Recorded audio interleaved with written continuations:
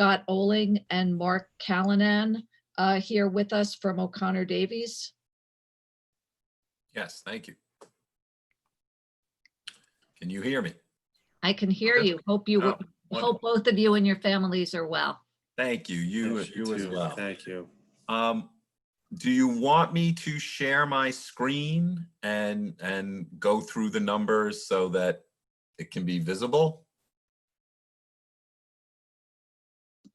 Do the board members have their reports? Why don't you just do a brief overview, Scott? Okay. Well, thank you very much. Good evening. I'm Scott Oling. I'm a partner with PKF O'Connor Davies, and I'm joined tonight by Mark Callanan, who was the manager in charge of the audit in the field this year, or remotely, depending on how we had to work this year. So I'm here tonight to go over the results of the June 30, 2020 audit that we performed for the school district.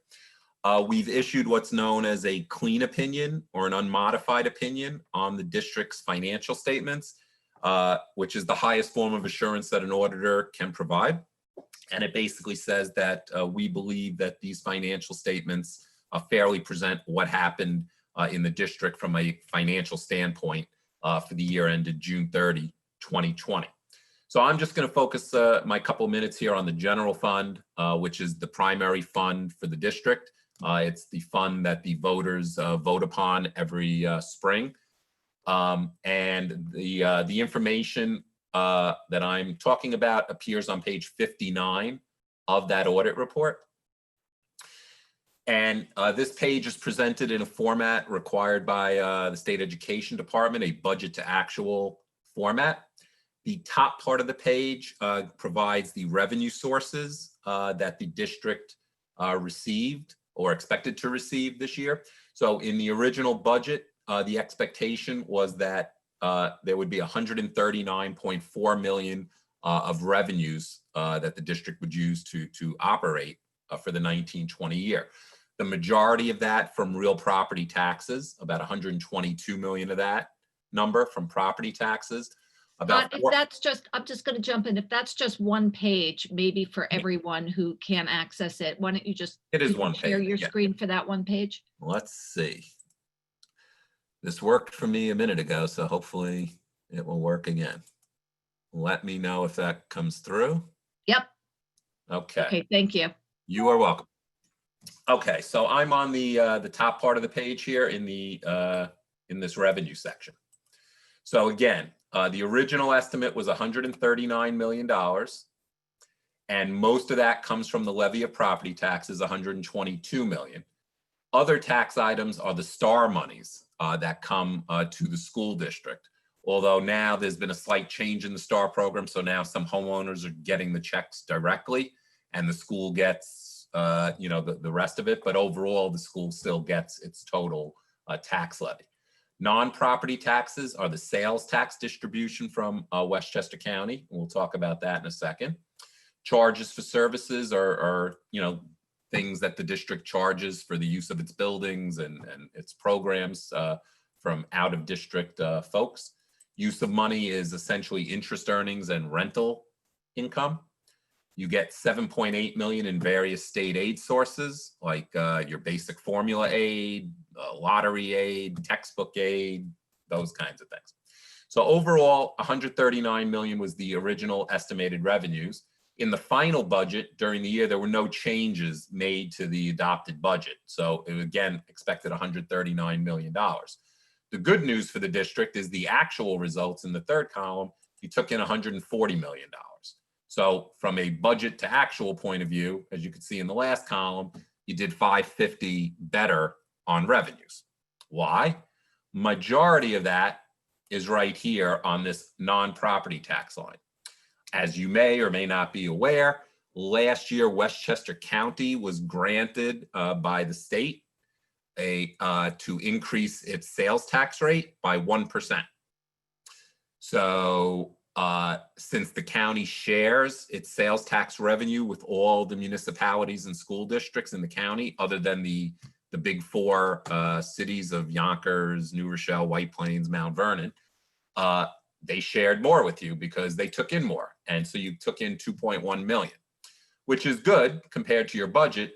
But again, because everything kind of came to a crashing halt in March, this number could have been substantially, higher, had the world not come to an end here. So you still did well. And overall, you did 500,000 better there. All the other revenue variances basically net out. But I do want to point out that in state aid, you came in short of budget. Part of the reasoning behind that, the majority of this shortfall, is because you've heard talk where the state is withholding or had been withholding 20% of its aid payments to all governments and school districts. So the school district started seeing this 20% reduction in monies that were coming to it in July and August of this year. Those monies, though, even though they come in July and August of this year, do relate to 1920 state aid. So because the state took that money away, at least temporarily, it's not deemed a permanent cut yet. We took that money and we had the school district take that money out of revenues. So you lost about $120,000 of revenue that you would have normally had. If it gets restored later on, it will come back into fund balance. At this point, it can't be a permanent cut because only the legislature, state legislature, can cut the aid. The governor, at the current time, only has authority to just essentially hold cash back at this point. But it's certainly something to look at going forward because you get over $7 million of state aid. If they were to withhold 20% of that, you're talking well over $1 million that would not come to the school district, and that could be devastating for the district. So that is something to keep an eye on. With the news, there was some news that came out in the last week or so that right now they don't plan on withholding potentially this 20% on the next state aid payment, which is really your first payment for this school year. But who knows what's going to happen as we move forward in this year.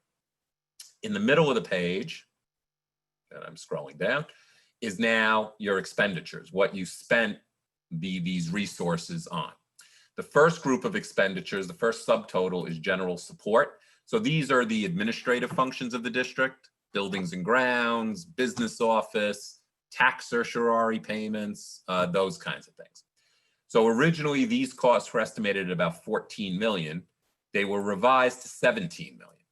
Most of that is on this last line, special items, which is where the tax certiorari costs are housed. So it was expected that these costs were going to increase by about 2 million compared to the budget. They did increase, over the original budget of 1 million. You did pay out about, 2.2 of overall costs in here. About 1.2 million of that number is certioraries. Certiorari claims were down this year, but that's only because, the world kind of shut down in March and things weren't processed, in the last part of the fiscal year. Although, as Sylvia indicated earlier, some of the certioraries are being paid right now. And we'll talk about certioraries in a bit. In the instructional area of the budget, which is, primarily the classroom costs, the teachers and the guidance counselors, the principals, all that kind of stuff, you'd anticipated spending $80 million originally. It reduced slightly as the year went along, and it came in at $78 million. Obviously, certain costs, continued even after the buildings were shut down. But, certain costs were able, to be saved because you weren't spending on certain things that you would have spent on, at that time. The big thing here is the next line, transportation, where you originally expected to spend about 3.9 million and you spent 2.5. If you look at the same number from last year, you spent 3.4 on transportation. Obviously, transportation costs were down about 900,000 compared to last year, obviously with the school closure in March, you didn't have a full year of transportation costs. Employee benefits on the next line is what you provide your employees legally or contractually. Pension benefits, health benefits, FICA, workers' comp. And these costs came in at about $34 million, pretty much the same as last year. So the good news was that the teachers' retirement system lowered their rates this year by about 15%, from about 10.6% to about 8.8%. And that saved you year over year about $900,000. However, health insurance costs went up about $1 million. So overall, that's why it basically stayed relatively flat. And we'll touch upon the health insurance situation shortly also. So when we get to the bottom of this page, what you see here is in the first two columns, you are required to come down to a balanced budget. And you can see that you do. And you balance this budget by utilizing fund balance, your savings account, $1.1 million. There are two pieces that made that up. It was the prior year encumbrances of about $784,000, and then $400,000 that you gave back in tax relief in the 1920 year. When you adopted the budget, you expected to spend $400,000 more than you were going to take in revenues, and you used your accumulated fund balance so as not to have to increase taxes an additional $400,000 or reduce spending $400,000. That use of fund balance then was expected to grow to $3.6 million, so an increase of about $2.5 million. Again, as I mentioned earlier, about $2 million of that related to what you thought were going to be increased tax certiorari claims, and $500,000 was for increased workers' compensation claims. The good news for the district is if things had gone according to plan, if your revenues came in exactly as this second column showed and you spent everything as this budget column showed, your fund balance would have declined by $3.6 million. That's what would have happened, which in itself, is not terrible because you started the year with $13 million. But, that still would have been, a big hit to your fund balance. Instead, not only did you not go down 3.6, you actually went up 3.6. Which is a very nice swing. Now, in this fourth column, you do have encumbrances, which are purchase orders that roll over to the next year. So you ordered things and the stuff didn't, come in. And so you roll over that authority to the next year. This encumbrance number is about double what it was last year. And one of the things that the district, was proactive in doing in the spring was going out and ordering a lot of the necessary items needed to reopen the schools safely. So a lot of these encumbrances are for PPE type stuff and other, health and safety related things. It's also for Chromebooks, for remote learning. So, a lot of this money that, even though it wasn't spent in the spending in 1920, most of this money or all of it will be spent in 2021 utilizing these funds from 1920, that were saved because of transportation and various other, savings that happened. So the good news is your fund balance went up 3.6 million, and I'm going to show you what you did with that 3.6 million. You started the year, as I said, with 13 million in fund balance. So therefore, you end the year, as you can see, with about 16.8 million in total fund balance. I'm now going to take you back one more page, which is page, sorry about that, 58. And this is the balance sheet, which is the snapshot at June 30th of where you are. And as you see here at the bottom of the page, there's the 16 million of fund balance. Fund balance is the difference between your assets and your liabilities. The top of the page are your assets. The district had $28 million in assets. Most of that in the form of cash and investments. And these are not real investments like you would consider, investing in the stock market. These are investments. You have a lot of your funds in a thing called CLAS, the Cooperative Liquid Asset Security System. You get slightly better interest rates with them. So between your regular cash in bank accounts and class, you have about $25 million of cash. And then some various other receivables to get to your 28 million in total assets. Those assets are partially offset by liabilities here of about $11.9 million, things that you owe at June 30th. The majority of the things you owe are $6.8 million to the retirement systems, mostly the teachers' retirement system. You report your salaries after the year is over in June, all the teacher and certified salaries, and then they send you a bill based on the rate that they set, which I said this year was 8.86% of that payroll. So that's 6.8 million, and you pay that to the retirement system in the fall. So you're in the process of paying this obligation now. The other number I wanted to point out here is this 2.6 million in accrued liabilities. The district changed health insurance plans effective July 1st of this year. So what this money is to deal, because you're self-insured, to deal with what we call tail claims. So obviously sometimes medical claims come in not quickly after the year end. So there's an estimate of how much will still be owed on the old plan. So as you're making payments this year against old claims, it will go against this and not affect your budget for 2021. If there's any money left over in this after we get through about a year and we don't see any more claims coming through, if there's any balance left, then that would fall to your fund balance.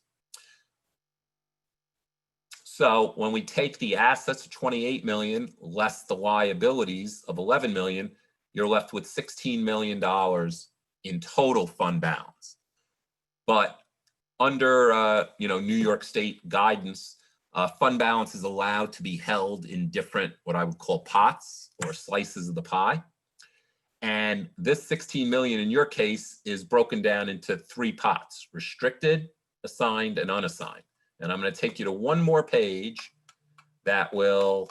I want to be, this report is, the full report's available online. And I know you had a good meeting with the audit committee. Yes. Who went through this and reviewed it. So yes. I just want to be cognizant of everyone's time, including yours. I'm sure. I need about 5 minutes and then we're good. Is that all right? I'll give you 3.5. 3.5. Okay, you got it. So here in the general fund column, the first column, there's your $16 million of total fund balance. The majority of it is in restricted fund balance, $9 million.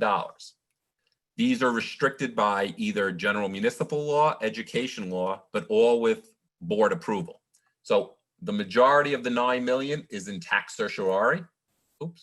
Tax certiorari, $6.5 million. The district has a lot of certiorari claims.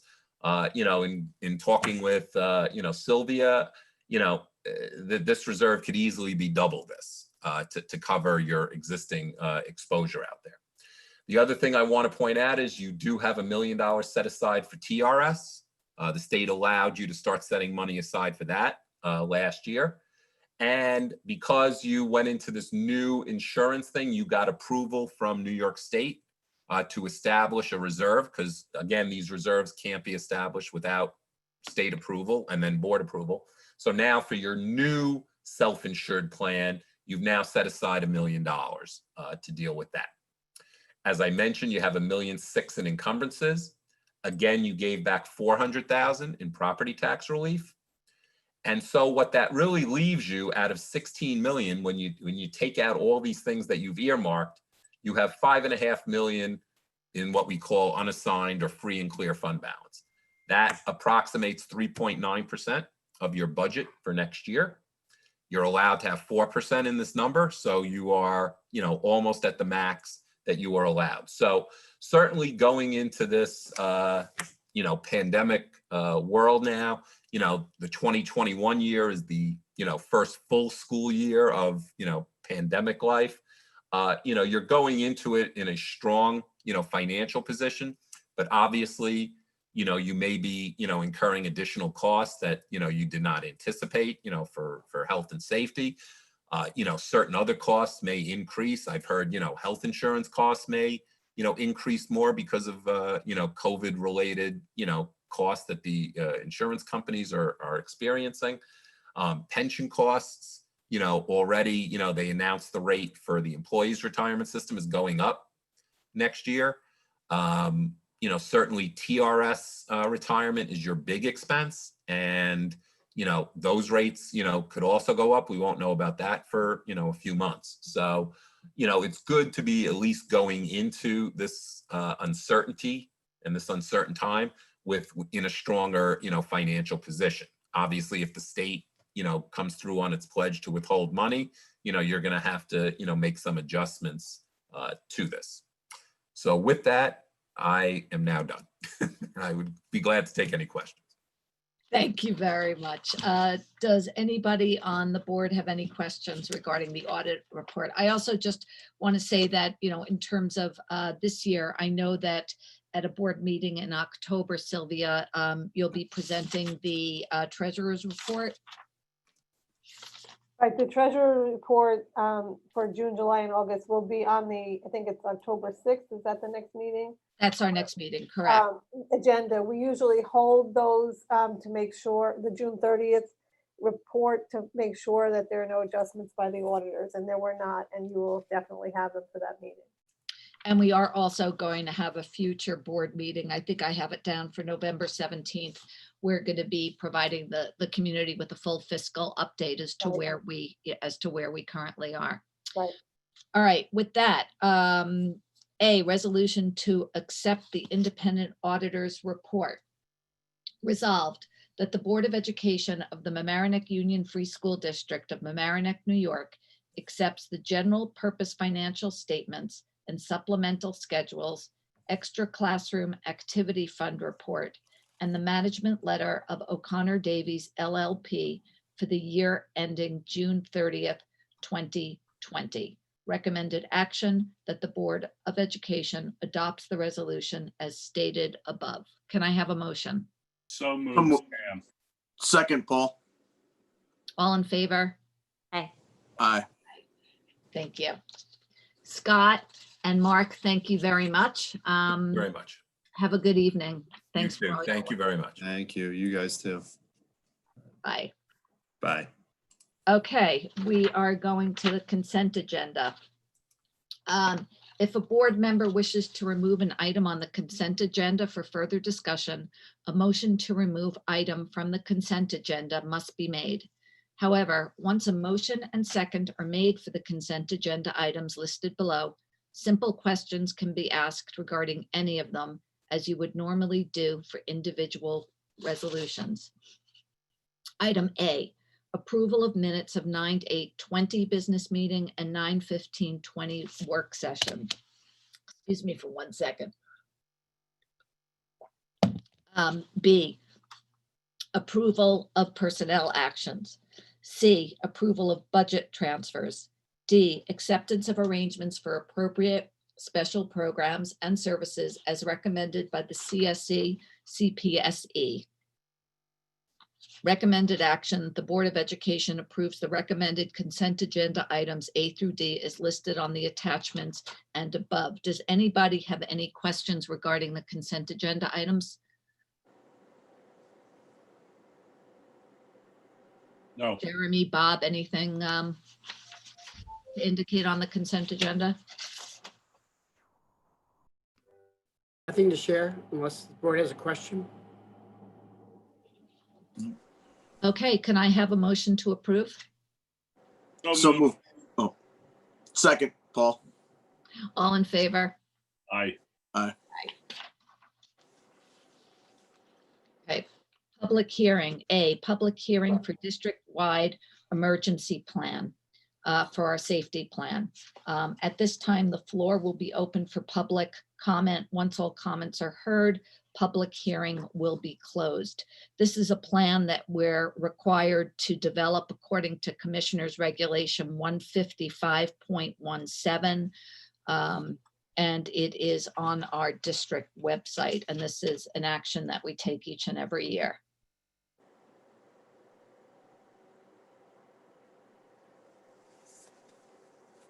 Any comments? Any public comments, Debbie?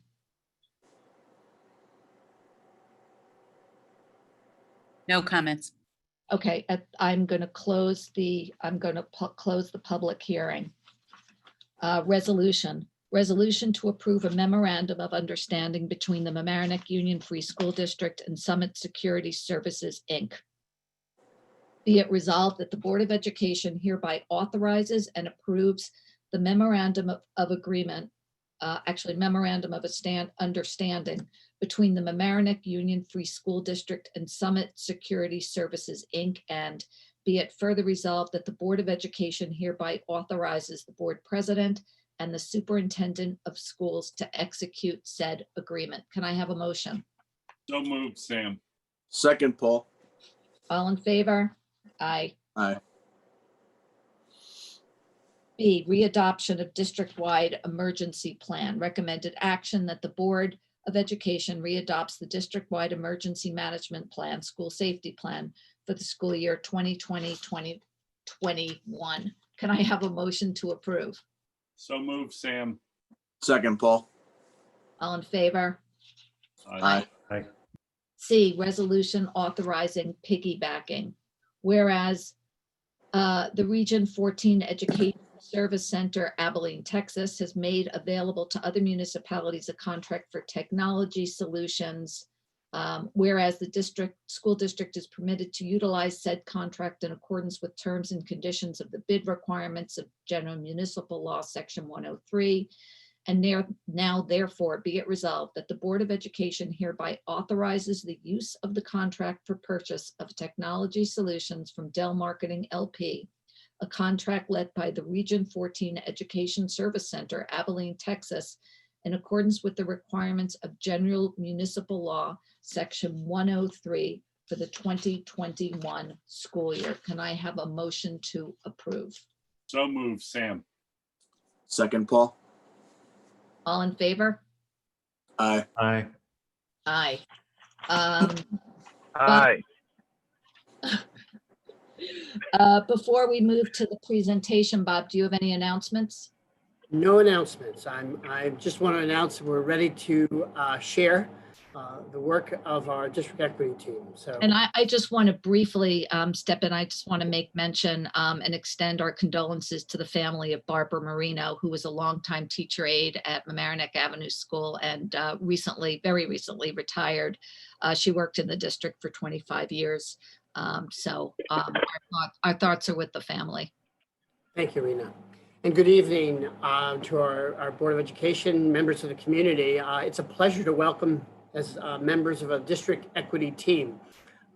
Before I begin the presentation and just launch our team effort, I feel privileged to work with a group of committed educators and representatives of community organizations who are unified in their beliefs regarding equity, access, and inclusion, and in many ways have stepped forward to lead the efforts to transform our school system and community by confronting issues of systemic racism and inequitable outcomes and in support of our students, our staff, and our families.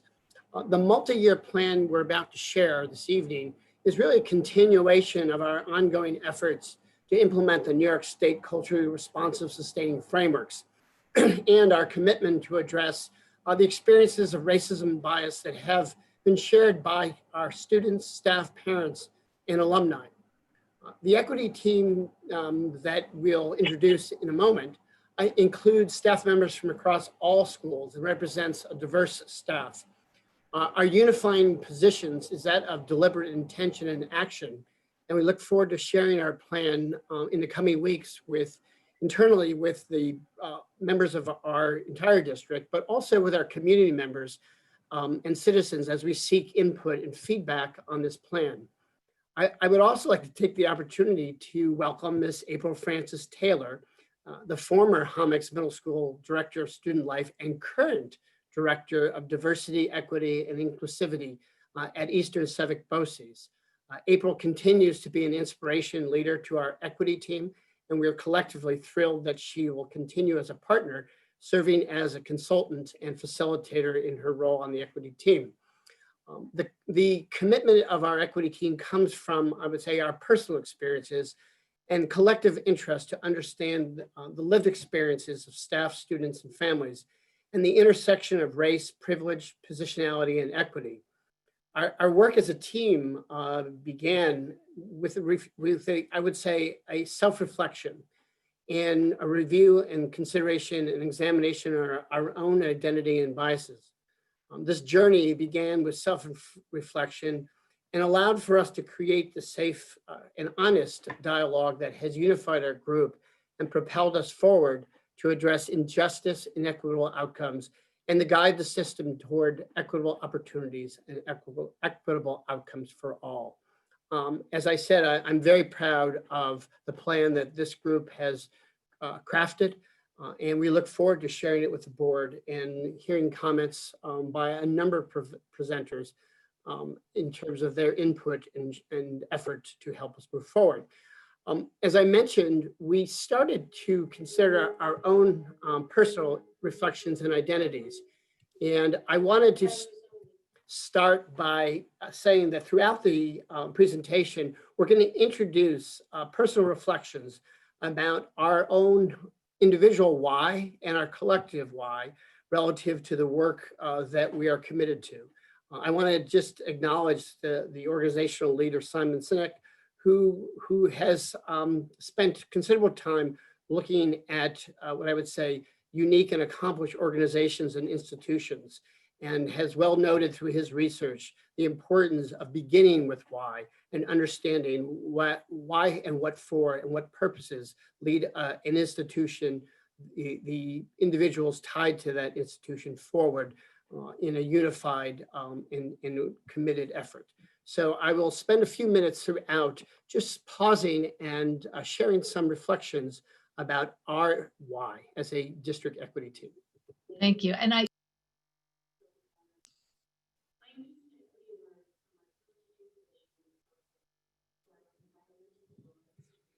Bob, the audio is not coming through on my.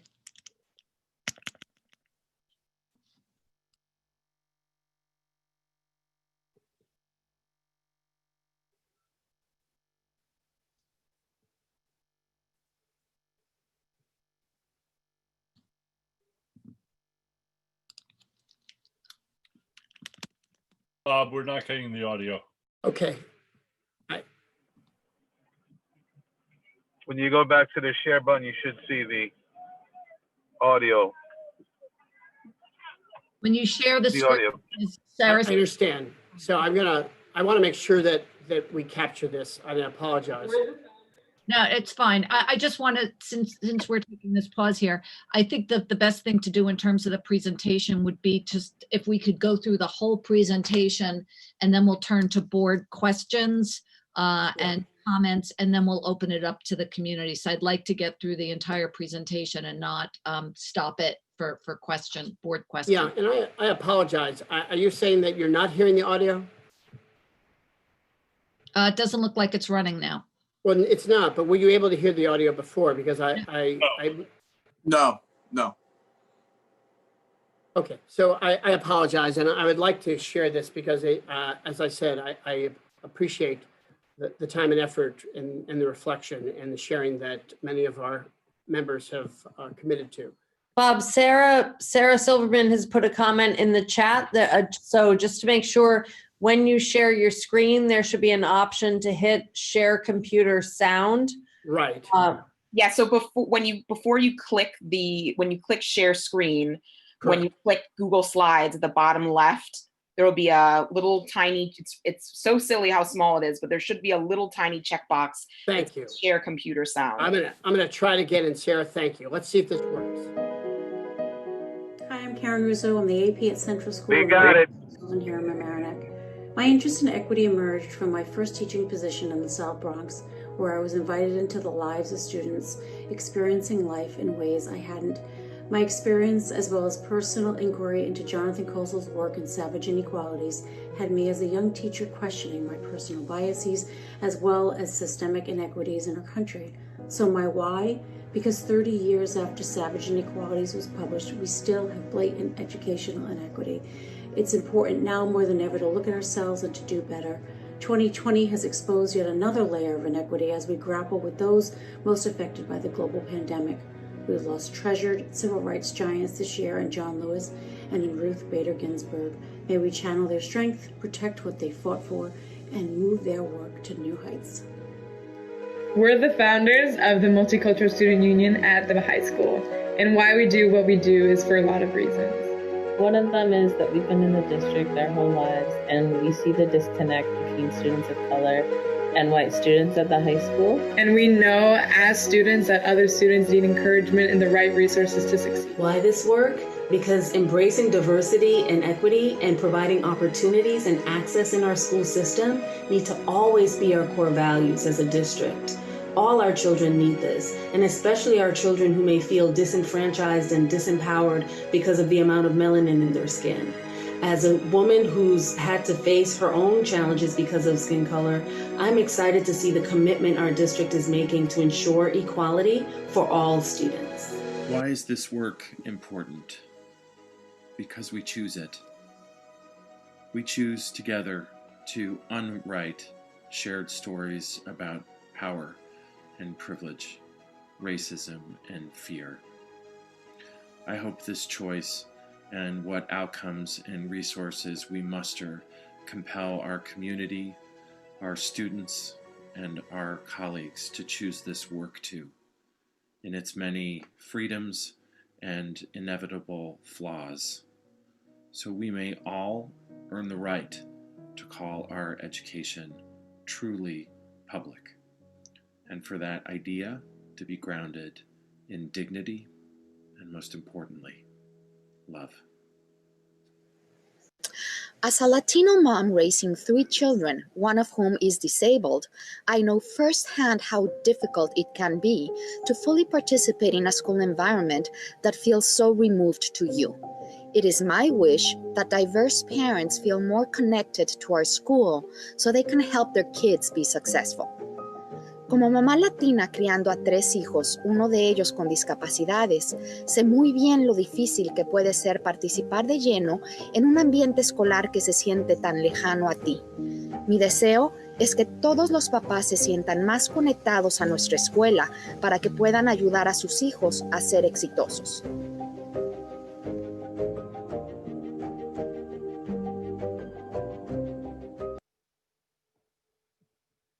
There'll be more to share as we go through the presentation. I want to take this moment just to acknowledge the large group of staff members and community representatives who've participated on the journey that is the district equity team. Beginning in February of this year, we met as a larger group and made a commitment to the work and the work of developing a multi-year plan that we'll share this evening. The energy, the commitment, the voices of those who are participating have really propelled us forward and given us the energy to commit to the work plan that we'll describe today and the goals that we hope to accomplish over the course of the next few years. With that, I would like to introduce and just turn things over to April Francis Taylor. Hi, thank you, Dr. Shaps, and good evening, everyone.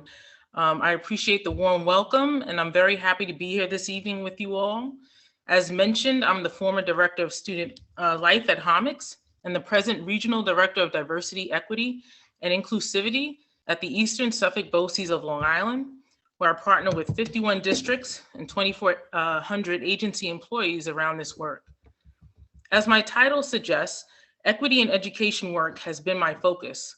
As a Black, first-generation Caribbean American cisgender woman educator, I saw the impact that equitable systems can have on all our students and made it my career focus in line with social studies and civic education. Prior to taking this new role, I was asked to co-facilitate our team with Dr. Shaps, and to ensure it was impactful and sustainable, we needed to develop a process. So what was our process? Our process began with our grounding of the stakeholders, our education leaders, teachers, assistants, staff, and families on equity and culturally responsive concepts. This was done over time Yet in the summer of 2019, we began to unify and solidify the work across the district. As you can see on this timeline, phase one was to develop understandings around the New York State Education Department CRS framework. And in our next phase, which happened in December 2019, instead of creating a new district team, we held a brainstorm session with our past district community committee and discussed shifting the goals and focus to equity for all. Specifically, our BIPOC or Black, Indigenous, People of Color population, our LGBTQIA+, lesbian, gay, bisexual, transgender, queer, intersex, and asexual community, and any other historically marginalized group. The decision was made to pivot as a group and invite various staff to join the newly forming district equity team. In February 2020, our third phase, we held an informational with the old and new committee members, planning and preparing goals and outcomes. During this phase, we unfortunately had to postpone our next steps due to the pandemic. Yet in June 2020, when our society, actually our world, saw a social unrest and protests, and members and alumni of our community demanded change, we knew the best way to begin addressing this need was to reassemble our district equity team. As per the timeline, between June and August, our 40-member team met and devised the Mamaroneck Equity and Education Policy and Strategic Plan.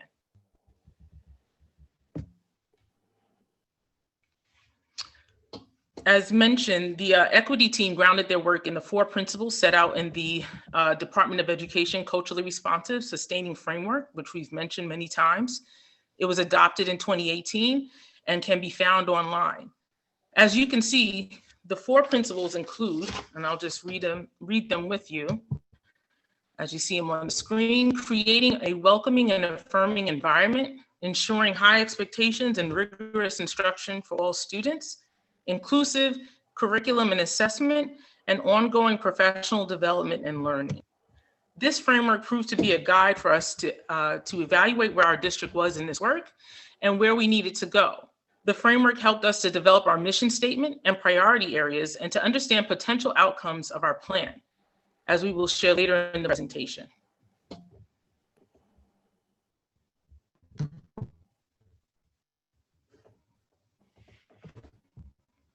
Hi, good evening, everybody. I'm Annie Ward. I'm the Assistant Superintendent for Curriculum and Instruction. So as April and Bob have mentioned, anti-racism and anti-bias work begins with each of us educating ourselves, and then as a faculty developing shared vocabulary and understanding so that in turn we can educate others, and most importantly, the students in our care. So key to this has been the close and careful study of many influential texts, as the board heard back in January at the study session that we conducted on this topic. So as a full district administrative team, and then at each building level, across the year, we have been reading widely and deeply, and then have been seeking to translate that learning into action, as you're going to hear tonight. So I'd like to invite Mamaroneck Avenue School Principal, Dr. Neil Oliva, to describe the impact of these text-based discussions at MAS. And just note that this is a microcosm of the broader work that has taken place across the system. Hi, good evening, and thank you, Annie. I'm filled with gratitude to just briefly speak tonight and be a part of this amazing group of colleagues. So before discussing the titles pictured here, it's important to note that race is a social construction, and the social construction of race, upheld by institutional policies and personal interactions, disproportionately impact Black and Indigenous students of color. Scholar and author of the psychology of race, Beverly Daniel Tatum, once said that the way in which to imagine the social construction of race is to liken it to a conveyor belt that we are all experiencing each and every moment of our day. On this conveyor belt, some advocate for white supremacist ideals with overt acts of racism. These actions are akin to running on the conveyor belt, explicitly perpetuating the oppression of Black and Indigenous students of color. Some of us say, "I love all students," yet we fail to act upon that love. This is akin to standing still on the conveyor belt and what some might call not racist, race neutral, or colorblind. In this scenario, good intentions do exist, but only serve to perpetuate the oppression of Black and Indigenous people of color. And then there are those of us who walk and sometimes sprint in the opposite direction of the conveyor belt. Those of us who go against the grain, object to the way things are, verbally and with our actions, walking and sprinting in the opposite direction, akin to anti-racism and a commitment to agitate and obliterate the status quo. The titles shown here, and of course a host of other titles, represent both the fuel and the nourishment of this group and many of our fellow colleagues across the district. You'll hear more about this a little bit later on tonight when you see a diagram of the pyramid that will be explained by one of my colleagues. Each title here and others uniquely offers a different angle or entry point into the work of anti-racism. And it's the content of these books that becomes applied to our everyday work, expanding our capacity and passion to sprint with objection in the opposite direction of the conveyor belt. To cite just one example, Unconscious Bias in Schools, this book helped to sow the seeds for personal and organizational transformation at MAS. The contents of this book animated and continues to animate our professional learning in two distinct ways.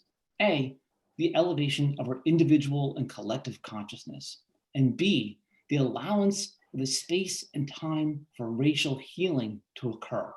Racial healing is needed for all of us, for all of humanity, not just one race or this race or one race over another. And finally, the content of these titles are emblematic of our commitment to reject the status quo and to ignite systemic racial equity transformation.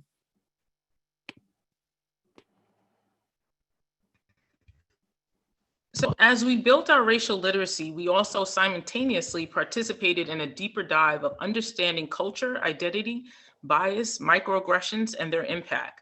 We began our own self-reflection to understand that equality does not mean equity, and that true equity can lead us to true social justice in our schools and our society. By understanding these concepts and building our anti-racist mindsets through book studies, as those that Neil just shared with us, and even just most recently, the 35-member book study over the summer on the book Stamped and professional development, it allowed the equity team, the equity plan to come to fruition. People were dedicated to doing this work, knowing the true impact. They realized this was not another initiative of the district, but rather it is the whole plate. Equity work is humanity work. Again, to take the opportunity to share our voice. Mamaroneck is a wonderfully diverse community that I'm very proud to be a part of. Our department philosophy is to provide opportunities for all students. It is so important for us to raise awareness, perspective, and sensitivity as we offer our students experiences, allowing them to broaden their understanding of the fabric of our community. My name is Ashley Martinez, and I'm a counselor at Mamaroneck High School. I'm also a proud first-generation Latin American woman whose parents were born in Puerto Rico and Cuba. I am committed to fighting for the rights of all of my students, but now more than ever, I am especially committed to fighting for the rights of my students from disenfranchised backgrounds. I understand the importance of feeling that you deserve space in the room and a seat at the table. And for that reason, I am very excited to continue this work on the District Equity Committee as we promote anti-racist policy and fight against systemic racism. My name is Kayla Reyes, and my reason why is because I see myself in so many of the eyes and faces of our students here at Homix. Today, I am very proud of my heritage and very proud to be Dominican, to be bilingual, but this wasn't always the case. It took a lot of years of reflection and really getting to know myself to make me the person I am. Our students deserve the opportunity to explore who they are within our school building without feeling shame. They deserve to explore their culture, heritage, their language, and still be respected, still feel welcomed and loved by their teachers, other staff member, and their peers. This is the why. It is so that every student feels like they can be who they truly are without fearing anything when they are within our community. My why is the commitment that I made to myself over 20 years ago when the first group of third graders entered my classroom door. It was at that moment that I promised myself to always create an environment in which students felt heard, supported, respected, and nurtured. Since that day, I have always tried to live with that integrity while valuing equity, inclusion, and practicing social justice. I wholeheartedly believe it is our responsibility to nurture the inner lives of our students, to demand equitable treatment, and to stop at nothing to create a school community that values and respects students of all races and ethnicities. Hello, my name is Leon White, and I'm a choir director at the middle school. As an immigrant, I was told that I had 3 strikes against me. I'm Black, male, and an immigrant. I soon found out that Black, Indigenous people of color were largely marginalized in this country, and as a result, were not welcomed into the proverbial ballpark for an at-bat. The families that we serve in the Mamaroneck School District should never ever have to face the hurdle of the imposter syndrome. And this is why the work of the district equity team is so vital. Dr. King said the time is always right to do what's right. And I vote to start now.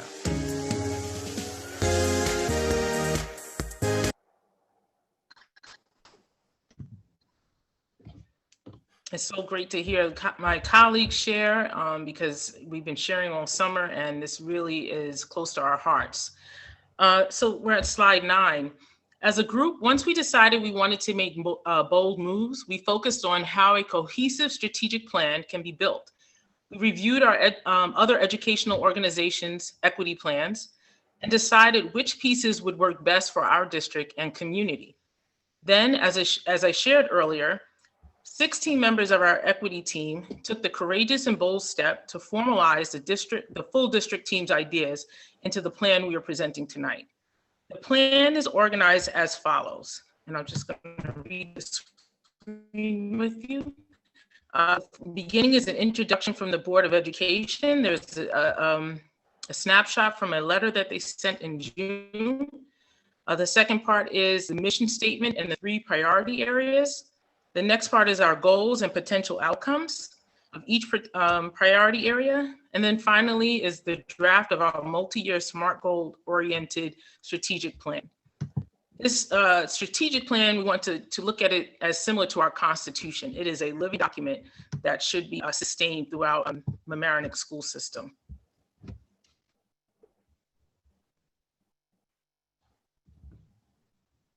Thank you. Good evening. My name is Leon White, and I'm the choir director and one of the choir directors at Homix Middle School. This mission statement grounds the work that we are doing right now. The mission statement of the Mamaroneck District Equity Team is to identify, acknowledge, and dismantle the systemic barriers that prevent equity and access for all students by creating and implementing a sustaining plan for equitable opportunities and outcomes for all. So before we get into the mission statement here, I just want to acknowledge the amount of time that went into constructing this mission statement. Coming up with what seems like 2 perfectly worded phrases was a very thoughtful, constructive, and collaborative process. Ultimately, our goal was to create a statement that wasn't just reflective of what we believed or the values we shared, but that would actually lead to change. The mission statement had to not just acknowledge and identify, but also had to put into action our plan for a sustained change.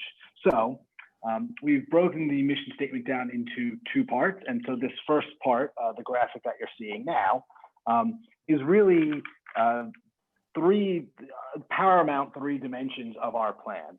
Our goal is, starting at the end here, right? Our goal is to rebuild an equitable system. And get there, we had to, acknowledge, identify, and dismantle, knowing that we can't do those things in silos. That work is, it has to happen together. It is not enough just to acknowledge the things that are out there, not to acknowledge what we know is true, what our students have told us, what our lived experiences or our colleagues' lived experiences have been, and what our community members have told us. We've heard, we know that our system has been reflective of racism and bias. And so now that we acknowledge it, we have to identify all the other places in which our system is flawed. How can we improve our curriculum? How can we improve the way we communicate? How do we improve on our hiring practices and district policies? And how do we look at our neighborhood schools models and things that are creating equity issues? And then to get to the piece of sustained change is the dismantling piece. We want to dismantle these equity issues and rebuild a system that's going to provide equity and access for all, right? This is not something that's checked the box. This is not cosmetic. We're committed to that, elevating those voices and empowering students to be part of this and agents of change.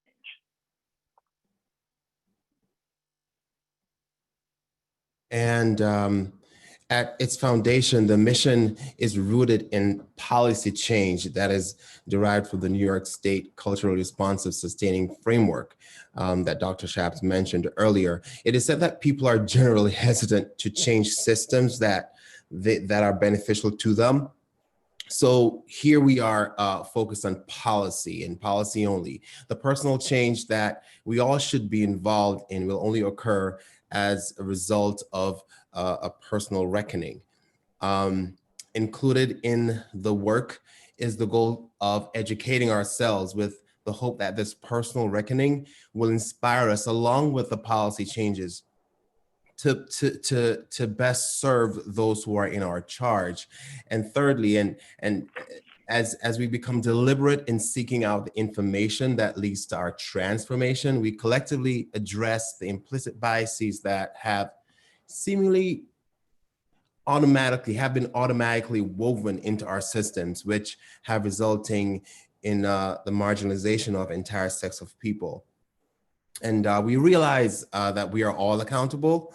The Board of Ed, the superintendent, the assistant superintendents, school administrators, teachers, and support staff, we are all accountable in ensuring that all our families and children can feel free to be their authentic selves, which helps with and leads to self-actualization and ultimately makes their future bright.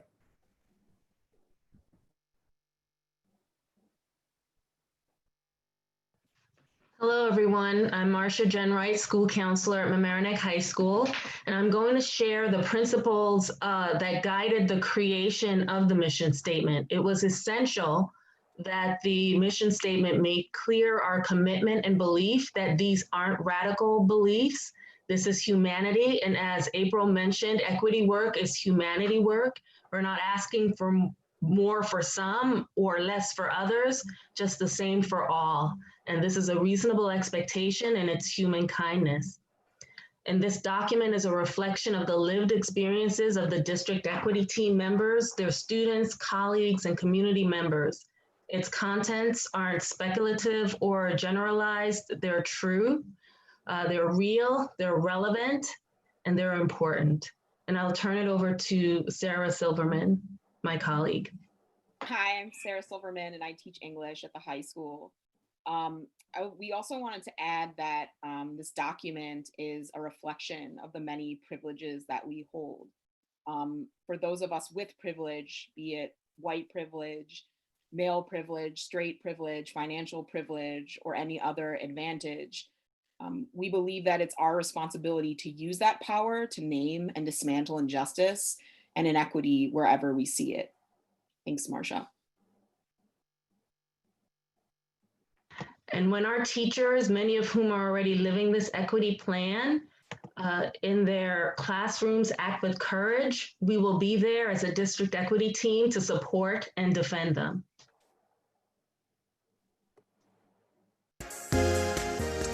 Hello, my name is Dina Reynoso. I have been the social worker at Mamaroneck Avenue School for the last 15 years.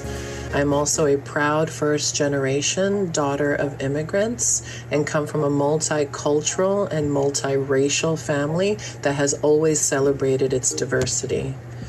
My why. I believe that every child deserves to feel special, unique, seen, and appreciated, and that their stories have meaning and value, and that every child deserves to feel safe and loved. I believe that the work of the district equity team is both hard but also crucial, and that the work of empowering our students and families is of the highest priority. I look forward to being a part of this work and taking part in this momentum for change. My why is my 4-year-old grandson and all the other young children of color here in the Mamaroneck schools who, like him, need to see themselves reflected in the pages of the books that they read so that they can imagine worlds of possible and then go on and live those lives. My why has a lot to do with the many stories that I read from students, past and present, who share their experiences of going to school in Mamaroneck, feeling ashamed of their culture and their heritage, feeling devalued and feeling invisible. Those stories are also stories that I have owned. I want to make sure that no student continues to feel that way and has to share stories of being in school in Mamaroneck. I also want to be a part of a team that is being intentional about this very important work that is not easy, it is not clean, but we are dedicated to making change in Mamaroneck, and I'm dedicated to advocating for kids and creating change in education in general. I'm Gladys DeVito, a Board of Education trustee. My why is my personal story, my Latino background, and my deepest desire to give back, being part of this human transformation that we're experiencing in the district equity team. Thank you. The reason why this work is so important to me is because over the years as I've worked in our district, I've had the opportunity to teach many different children from all different backgrounds and races. And one of the things that I've thought I've been very proud of was that I have always worked hard to meet the needs of all students, no matter who they are, where their family's from, or their race or ethnicity, because I am Puerto Rican and I know what it feels like to be looked at a little differently. My own 3 children went to the schools and there were times when they felt a little different. So I would always try to treat children the way I want others to treat mine, and that is my why. Hola, soy Yuri Ravina y mi porqué es simple. Porque quiero ser parte de un sistema que sea reflexivo, valiente y audaz al confrontar temas de equidad. Nuestros estudiantes de color merecen estar bajo el cuidado de adultos que estén listos y dispuestos para luchar por su acceso completo a una educación equitativa.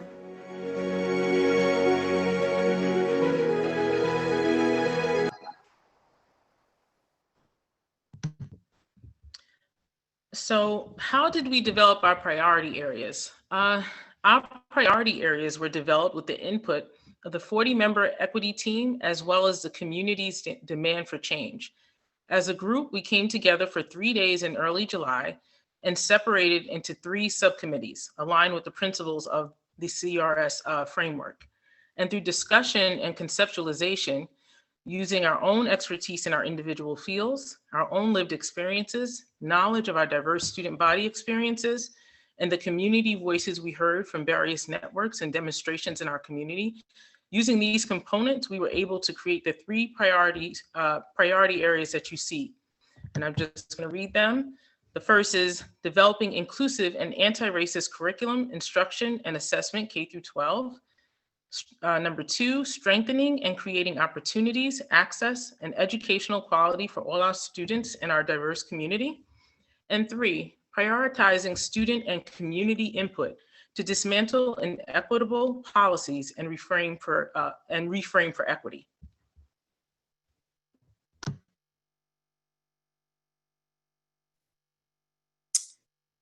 I'm just going to jump in. Good evening, everyone. My name is Jenny Rodriguez, and I am one of the assistant principals at Mamaroneck High School. I was part of the committee that worked on priority area number 1. And this evening, we'd like to just share with you what some of our goals are. My fellow committee members will also be chiming in. Our first goal has been to conduct K-12 curriculum and assessment audits with the focus on diversity, racial literacy, equity, excuse me, my box is covering it, and social justice. Additionally, conduct audits of hidden curriculum, such as school spaces, courses, programs, traditions, libraries, artworks, murals that go beyond what is explicitly taught. The second goal that our subcommittee designed was to provide all staff with professional development on culturally responsive pedagogy and inclusive practices that affirm and support the diverse identities and experiences of our students. Hi, it's Rob Andrews. I'm one of the assistant principals at Homix Middle School. And just really quickly, I just want to say what an honor it is to join my Homix colleagues, Leon, Adonis, Vanessa, Deneen, Kayla, and Maria, and really all of our staff and students who are presenting alongside us in spirit and intention. These next 2 goals are really important to us because Homix is where many become one. Middle school students and educators engage in magical thinking and practical struggle every day. And these 2 goals express what we do so well in the middle, which is join hands and get to work. So goal 3 is that we have a commitment to empowering students, particularly Black, Indigenous, people of color, BIPOC students, to be co-creators of school curriculum. We wish to center their voices and experiences through focus groups, surveys, and interviews. We intend to provide continuous space and time for students to share their classroom experiences and provide their important feedback, input, and suggestions for a more representative, relevant, and just curriculum. And of course, on the other indispensable side of the coin are our teachers and our staff members. Goal 4 is to create a K-12 content leadership team to research, develop, and enact anti-racist and social justice curriculum. We intend to create opportunities for teachers to plan within and across curriculum areas to support this work in the classroom.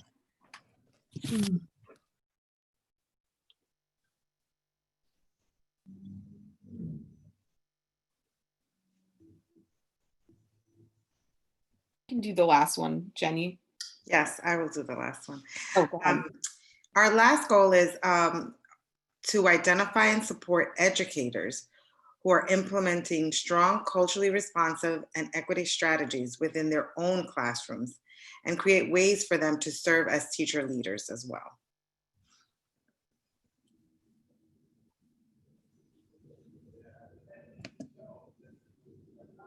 Hello, my name is Cecilia Agnon. I'm a district-wide bilingual school psychologist, and I worked on the subcommittee focused on discussing the importance of strengthening and creating opportunities, access, and educational quality for all students in our diverse community. This was something that was very important to myself, and I know with all the committee members and our subcommittee members. Towards this goal, we would like to collect and review various forms of data, whether it be academic, disciplinary, academic, attendance, high-level courses, etc., and really analyze it really openly and honestly for inequities and acknowledge the areas that bias have impacted student growth and the opportunity of all students. And we also feel it's very important to continue to support the development of our advisory programs for all students, kindergarten through 12th grade, to promote social emotional learning and anti-racist mindsets and foster a welcoming and affirming school environment for all in our school environment. Good evening, everyone. I'm Judy Ravina, Director of Dual Language and ENL Programs for the district. I was also part of this subcommittee. So our third goal was to create an academic support system and equitable selection process to increase diversity in student enrollment into rigorous courses, such as 8th grade accelerated algebra regents courses, AP courses, etc., for college and career readiness. We also want to develop a K-12 restorative practice and PBIS system to build a collective school community environment. And our fifth goal is to incorporate a K-12 multi-tier student support system to ensure equity for student academic success. Each priority area also looked at our potential outcomes and really brainstormed what that would look like. So at the bottom, you'll see that potential outcomes for priority 2. Each of us broke that down and really thought about what would the expected outcomes for us to be and to focus on. Good evening, everyone. I'm Vanessa Green Davis, school psychologist at Homix Middle School. And I had the good fortune of being part of a subcommittee that worked on priority area number 3. And this area really highlights and gives credence to it. It truly takes a village. So we want to prioritize the student and community input to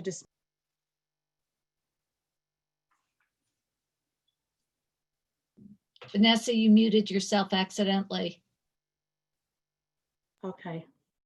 So we want to prioritize the student and community input to dismantle inequitable practices and to reframe, I'm missing a part of it, sorry. And to that end, our goals would be to partner and engage the community and community organizations in the work that the district equity team is currently working on. And also including Larchmont Mamaroneck, Radar, faith organizations, police department, alumni, and community advocates. We want to make sure that we foster and encourage community input as much as possible. Buenas noches, good evening. I'm Zoe Ruiz, bilingual social worker at MHS, she, her, hers. Our second goal in this area is to work in collaboration with the board policy committee, community members, and district equity team to review and redefine policies based on anti-racist practices and equitable outcomes. Examples are the Student Code of Conduct, Transportation Policy, Professional Code of Conduct, School Safety Code, Attendance Policy, Job Postings, Recruitment of Staff, Hiring, Interview Procedures, New Staff Mentoring, New Teacher Orientation, and Professional Programs. This year, we will focus on the Student Code of Conduct. An additional goal for our school system is to encourage the board and work closely with board policy committee to establish a policy that assigns K through grade 5 students to elementary schools based on an equitable and inclusionary model, representative of the community's diversity and not designated in its current form by geographical locations or neighborhood schools. This goal is really building on the work of the Enrollment Task Force and our broader consideration of the impact on how we organize our elementary schools and the impact on inequitable outcomes based on the resources that are in some ways infused into various schools based on the needs of students. As a committee, as a subcommittee, we talked long and hard about the importance of bringing our students together from the beginning and having the opportunity to travel through the system to get to know each other from the start and understanding how that would impact the trajectory of a student's experiences and our staff's experience as we organize learning for all students. Good evening. I am Lauren Sharfstein, the assistant principal over at Chatsworth Avenue School. Thrilled to be here with you tonight. I'm here to present goals 4 and 5. The fourth goal for priority area number 3 is to create district regulations that ensure all stakeholder groups are equally represented in district communications, publications, and modalities. So this is, of course, virtually and in person as well across all schools. And the fifth one is to honor the diversity of our community by providing and supporting programs, experiences, and opportunities that are reflective of all students and their families. Our sixth and final goal in Area 3 is to create safe and braving spaces by partnering with and/or creating affinity organizations for Black, Indigenous, people of color, staff, and students. Some partners include the Westchester Association of Black School Educators, 100 Hispanic Women of Westchester, and the New York State Education Department My Brother's Keeper program.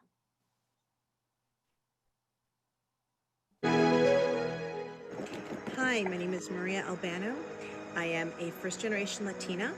I am a teacher in our school district, a lifelong community member, and a parent of 2 students currently in the Mamaroneck school system.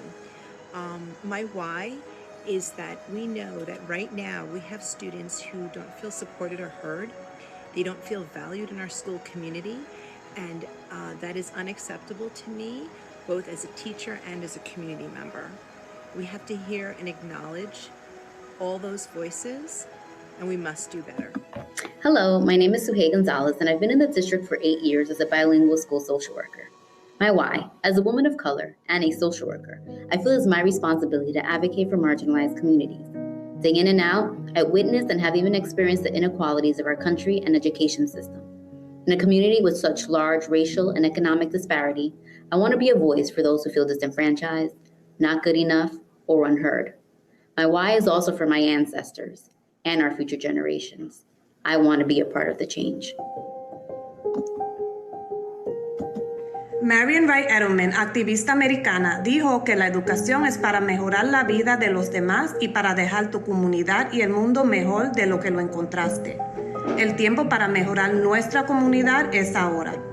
En este país y sus comunidades ha habido una larga historia de supremacía blanca que a veces hemos negado e ignorado. Esos ideales promueven el prejuicio e injusticias en todas las facetas de nuestras vidas. He trabajado en esta comunidad 13 años y estoy entusiasmada de estar con ustedes en estos momentos que podemos crear cambios para que nuestros niños puedan desarrollar sus identidades de manera segura y sin racismo. Crear una comunidad escolar donde las voces diversas sean incluidas, respetadas, aceptadas y valoradas. Una comunidad que proteja a todos y cambie nuestro sistema educativo, nuestra comunidad y nuestra nación. Why is this work important? This work has always been important. However, now, during this pandemic, more than ever, we see how these inequities have been highlighted throughout this country and even here in our own Mamaroneck community. This is the time for change. We must enact change in practices and policies to ensure that all members of our community are successful. These changes will have a positive impact on our entire community. Hello, I'm Judy Ravina, and my why is because I want to be part of a system that is reflective, courageous, and bold when it comes to addressing issues of equity. Our students of color deserve to be under the care of adults that are ready and willing to fight for their full access to an equitable education.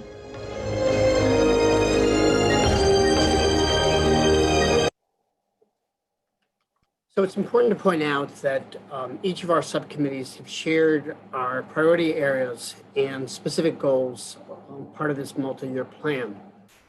As we have the opportunity to share the specifics of each particular goal, it's important to point out, and I'm sharing through this slide, that for each priority area and for each annual goal, we have developed action plans based on a SMART goal structure.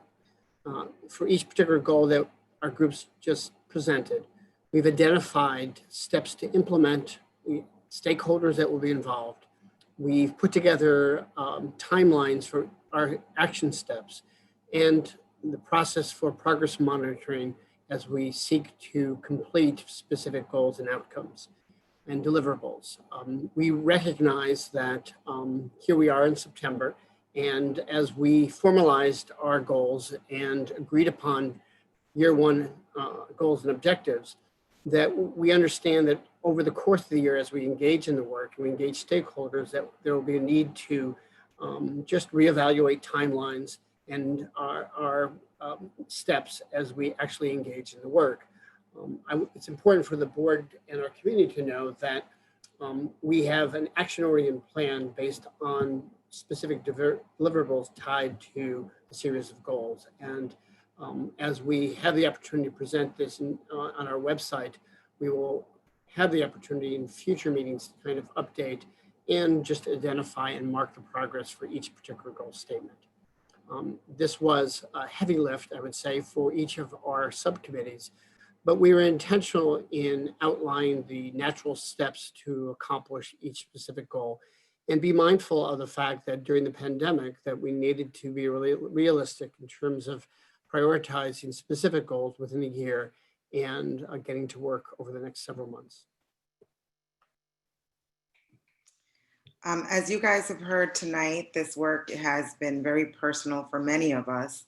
As a Black woman of Dominican descent, as I spoke with our students, many of their experiences mirrored my own experience as I navigated through white spaces, personally and professionally. However, these issues have become so much more transparent during this pandemic. It is a time where we can no longer wait and we must take action. I would like to share a quote from Dina Simmons, which addresses some of these points. COVID-19 is our equity check, reminding us of who we could be if we valued equity as much as we say we do. Let's not wait until the next pandemic to get it right. If we do, the ones who will suffer will be the ones who always suffer, the people most in need. This novel virus is a wake-up call, an opportunity for us to come together to do and be better for every single child. Hi, I'm Matt Porcelli, Assistant Principal at Murray Avenue School. For a little more than a decade, I have worked as a member of the Mamaroneck Union Free School District. And my why comes from our obligation as educators to make a full commitment to providing our students, families, colleagues, and community members with a school experience that puts social justice at the heart of what it does. My why is reflective of the lived experiences of my colleagues and so many of the students and families who have sat before me, unjustly having to navigate barriers of marginalization, bias, and oppression, while simultaneously so many more, myself included, have the privilege of benefiting from a system that doesn't ask us to think about race, gender, or sexual orientation. It remains our responsibility to advocate for those whose voices have been silenced by the inequalities of our country and educational system. Hi, my name's Deneen Payne, and I am a lifelong community member and employee of Mamaroneck Schools. And my why is, I believe every year of my 20 years of working here, I've always had a kid of color share with me that they don't feel quite connected to the community, or their voice is always heard, or feeling valued. And I have to say, my why is also me. I grew up here as well and had a wonderful group of friends, but always felt a little out of place. And I think it's high time that we do better, because we can do better. And the kids are sharing with me every single year that I've worked here. So I think we need to hear them and lead the charge. I'm Aaron Shansky.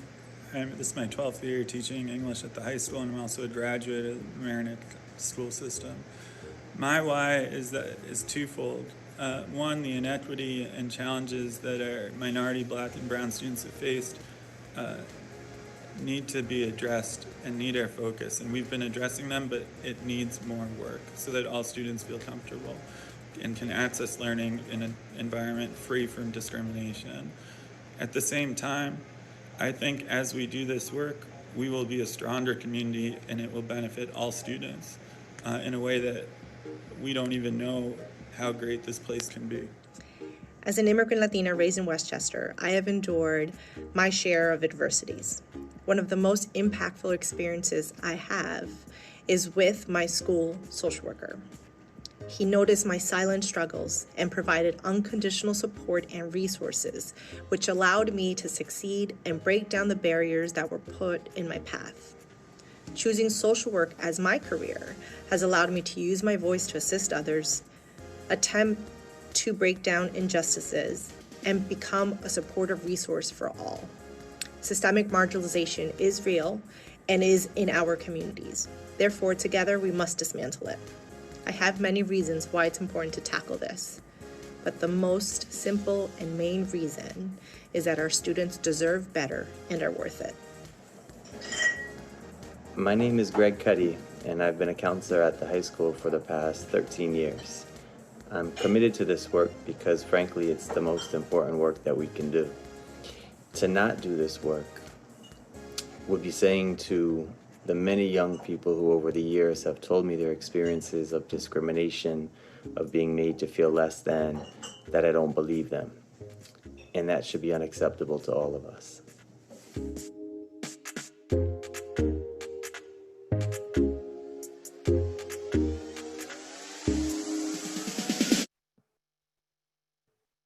So our aim this evening was just to provide an overview of the work of our committee, of our team, our commitment to develop a multi-year strategic plan. We have the opportunity to introduce our priority areas and specific goals for the first year of the plan. What lies ahead is as follows. We certainly will provide our community details of the plan and post the presentation on our website this evening. We are, over the next several weeks, committed to organizing forums, both internally for our staff and for our community members, to describe and discuss details of the plan and to seek input from stakeholders on just various initiatives and detail, suggestions, and feedback on how to move forward. Our team is committed to organizing a work schedule for the year and to begin to roll up our sleeves and accomplish the goals presented this evening. And equally important, we are committed to providing the board and the community with progress monitoring and updates on our efforts as we go through the year. It is an ambitious plan. It is a plan that is specific and I would say measurable based on our commitment to move things forward. And I, again, would like to first acknowledge the efforts by a very large group and the commitment for the last really 3 months to develop a plan that we are proud of, but also that we believe will directly impact the lives of our students, families, staff, and community. It's important to point out that as part of our goal in engaging the community, we seek to expand our team to invite students to participate, parents and community members, as well as municipal leaders, our law enforcement officials, and faith leaders as well. And so this represents the beginning of not only a comprehensive effort to commit to the work of equity, access, and opportunity, but of creating what I would say sustained dialogue and what I would say collaboration on a very important plan. And so with that, we hope to respond to questions from the board and to the community, provide clarity and just comment on this work that we've presented or introduced this evening. So Rena, I turn things over to you and want to thank members of our committee who presented this evening and shared their why for the broader audience.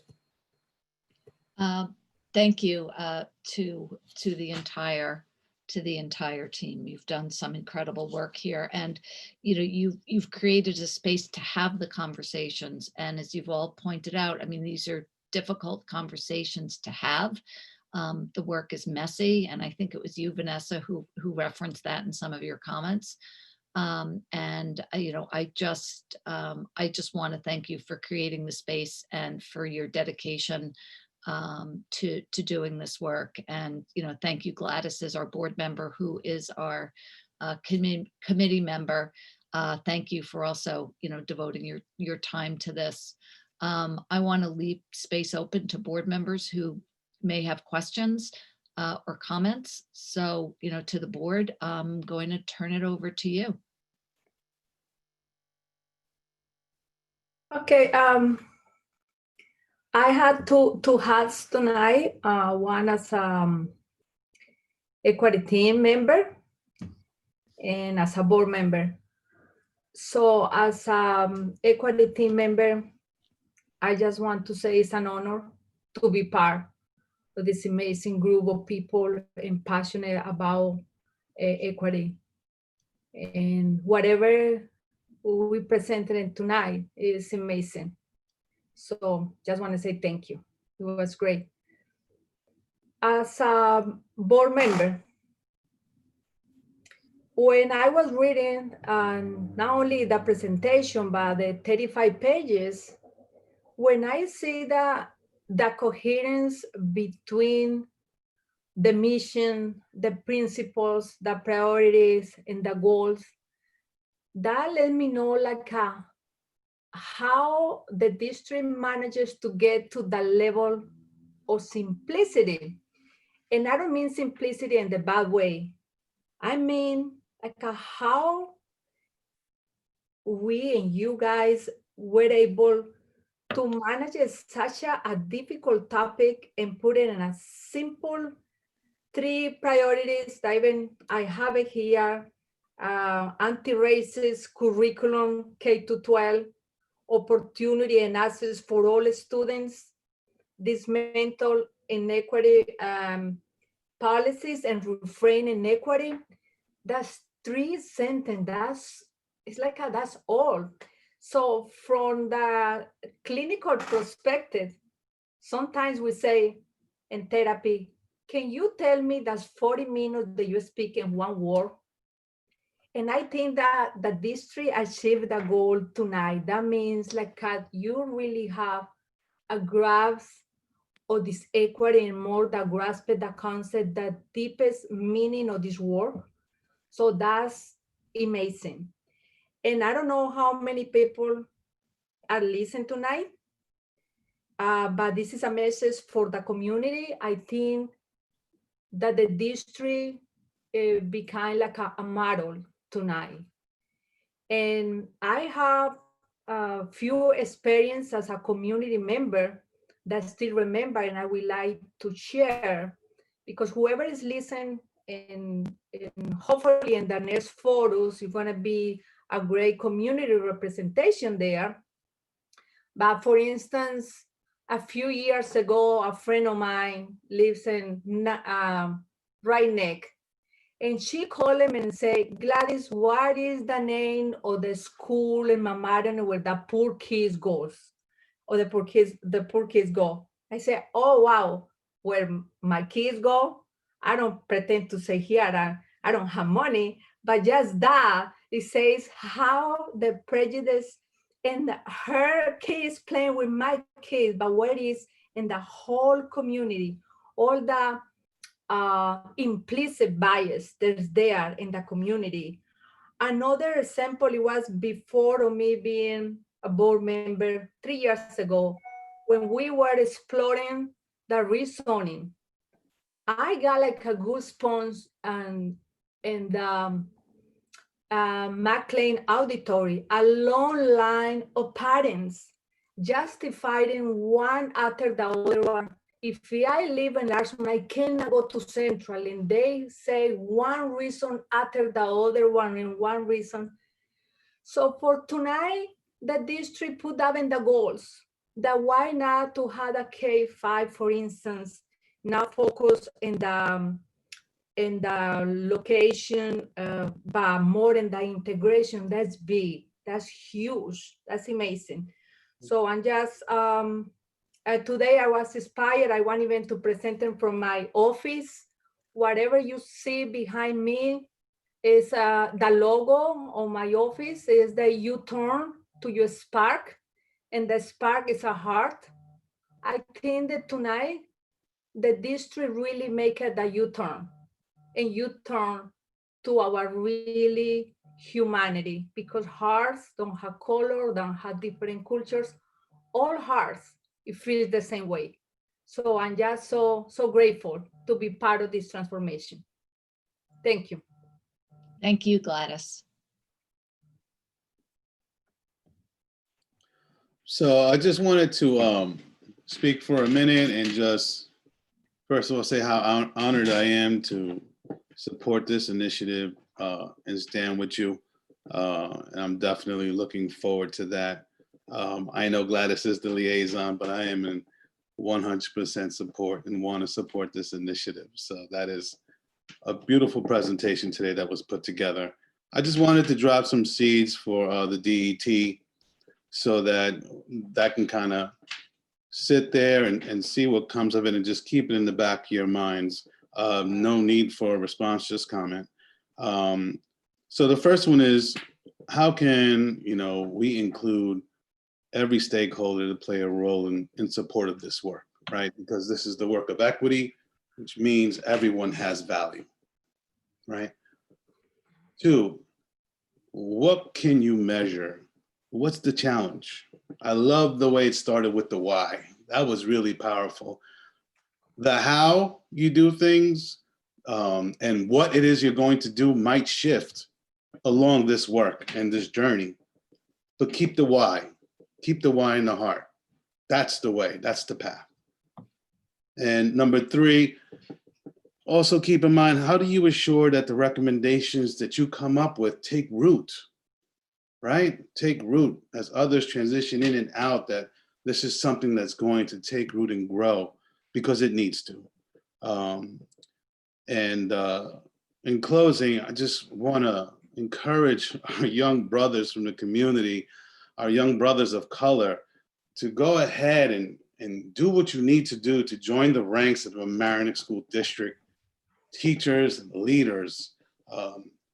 Stand with Brother White in this work, because I appreciate the work of everyone here and our sisters of color, but there's work to do in what needs to be getting our young brothers of color to join in the district and do the work as well. And just in closing, Ms. Marcia, thank you for the way you communicated the work of equity. That was dope. #human. Thank you.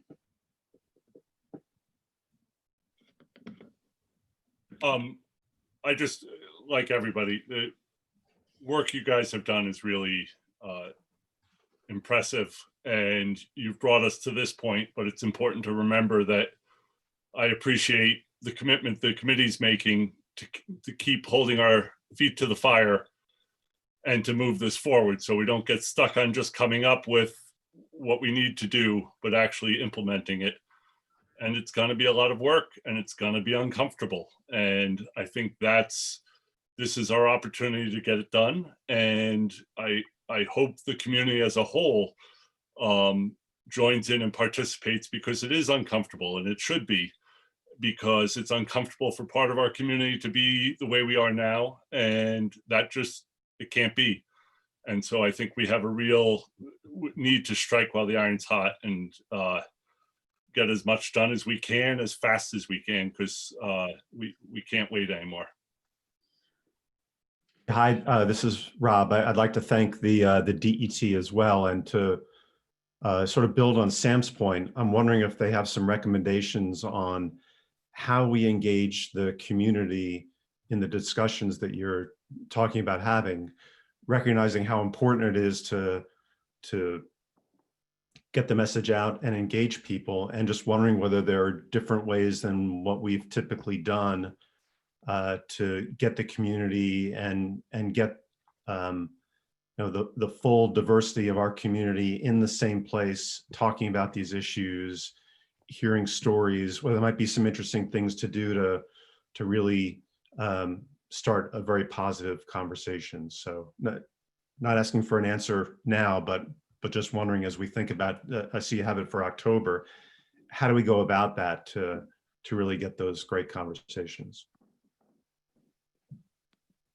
And I just really wanted to say thank you. I feel incredibly privileged to be on the board at this time, and hopefully to be able to support the work that has really begun, has been taking flight for a long time and really presented so incredibly beautifully tonight. So thank you to the equity team for putting this in front of us and holding our feet to the fire and helping move our district where it needs to go in this really critically important time in history. So thank you.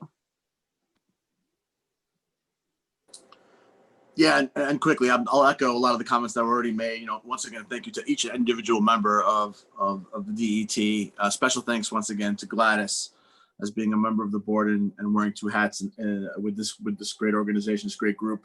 We talked about uncomfortable conversations. Yes, they're going to be uncomfortable. They're going to be difficult, but they're necessary to move forward. And as a member of the policy committee, I look forward to working directly with the DET to work on the policies of our district to make sure that they are anti-racist and that we can move forward all together. So thank you, guys. Thank you for an incredible amount of work during a particularly difficult time. Thank you very much. I also just wanted to say, April, well done. It's so clear that you set a tone and a environment that brought these people in to join you and really want to be a part of it. And you're an inspiration. That I'm glad you're willing to stay on with us and help us keep this going, because you're a tremendous force. Thank you so much. You guys are going to make me cry. This was really a great presentation. I'm looking forward to see what we do, and definitely hearing from the community as well. I know we got a couple of hands out there, but thank you for that. This is work of the heart. Wholeheartedly agree with Sam. It's always a privilege to work with you, Gladys, excuse me, April. It's always a privilege to work with you and speak with you together with the entire team. And just to build on what Rob said, one of the things that's so important as we do this work is not only the what of the conversation, what we're talking about, but the how, and how we discuss and how we have these difficult conversations. And I would love to, at some point, hear, from you and other members in the future, how do we conduct these conversations so that you encourage conversation in an open and honest way with the entire community. Okay, does any other board member have comments or questions? I want to move to the community questions. I just hit the wrong button. If there are no more comments or questions from the board, which there do not appear to be, I want to very quickly read our public participation at board meetings. Anyone who wishes to speak, please give us your name and generally where you reside. And if you're representing an organization, any organization you're representing, any group or organization wishing to address the board must identify a single spokesperson. Members of the public are asked to keep their remarks to 3 minutes in order to ensure the opportunity for others to speak and to facilitate an efficient meeting. The board will not permit in public session comments involving individual district personnel or students. Persons wishing to discuss matters involving individual district personnel or students should present their comments and/or concerns to the superintendent during regular business hours. I will say that I will issue a warning if that is violated, and I will then direct Debbie Mineta to cease your comment line. All speakers are to conduct themselves in a respectful and civil manner. Obscene language, libelous statements, threats of violence, and statements advocating racial, religious, or other forms of prejudice will not be tolerated. Questions concerning matters which, skipping that, And that's pretty much it. So with that, I want to open it to some of our public questions and comments. Okay, it looks like we do have many people that have asked to speak. I'm going to turn it over to Adam Hertz right now. Adam, if you could unmute yourself, please. Great, thank you. It's Adam Hertz here. I'm a parent in the district. My question is for Dr. Shaps. In the email that you guys sent out, the letter stated from the equity team that you're acknowledging dismantling racism in our schools. I'd like to know exactly what the racist activities are that the school's been involved with. How long have those racist activities been going on? Who exactly has been involved? And I also wanted to ask you if you were aware of the Department of Education suing Princeton University for making similar such statements. And what does that mean as far as the risk of funding for our district? Thank you. The letter that I provided, and I will say, Mr. Hertz, to the community, and the overview of this evening's, the focus of this evening's meeting in terms of presenting our plan. The reference to racism really speaks to the voices of students, of parents, and alumni who, for the past year, have shared publicly experiences in our system that speak to the issue of racism and discrimination. And so I am not here this evening to clarify in any form specific incidents, but I am acknowledging that we know that the lived experiences of our students historically in our district have raised concerns about direct experiences of racism and discrimination and racial harassment. And so we're acknowledging that publicly, as the board has and I have in public meetings. And the work through the equity team is really to transform our system through a focus on priorities, goals, and actions. Okay, I am going to turn it over now to the next person, Allison Hirschman.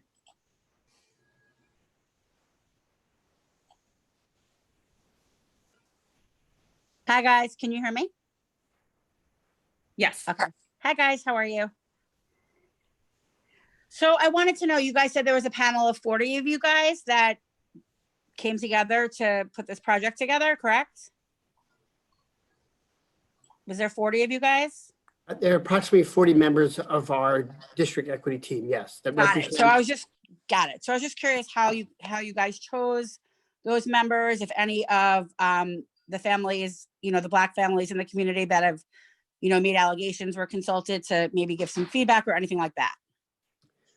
So as April had mentioned, for many years, the district has supported a paths committee that is focused on the experiences of Hispanic and Latino families, that has included staff and local organizations for purposes of focusing on the academic, social, emotional well-being of Hispanic and Latino students.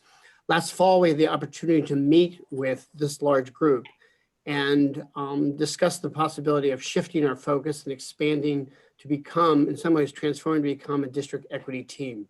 And during the months the winter months, we've invited staff members to join us. And so I would say that the current district equity team is comprised of board members, administrators, staff members, and representatives of local organizations. Our commitment is to expand our team.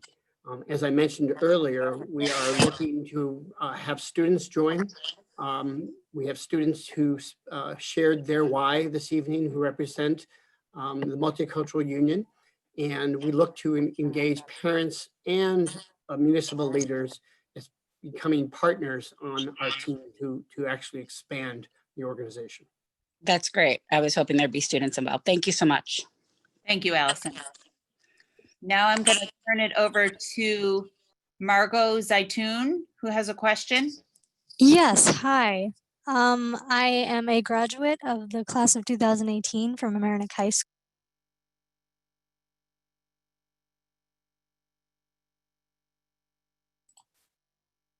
to provide training to teachers on bias and privilege to ensure an open conversation space in the classroom and combating ignorance among faculty.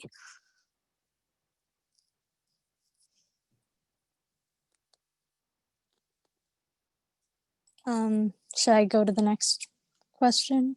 I didn't hear all that, and I don't know, I generally, if I can just say, I don't know if we historically necessarily, we certainly invite public comments, but are not necessarily positioned to respond in the moment to the extent of specific questions, but will take time to provide a response either now or at a different time. Okay.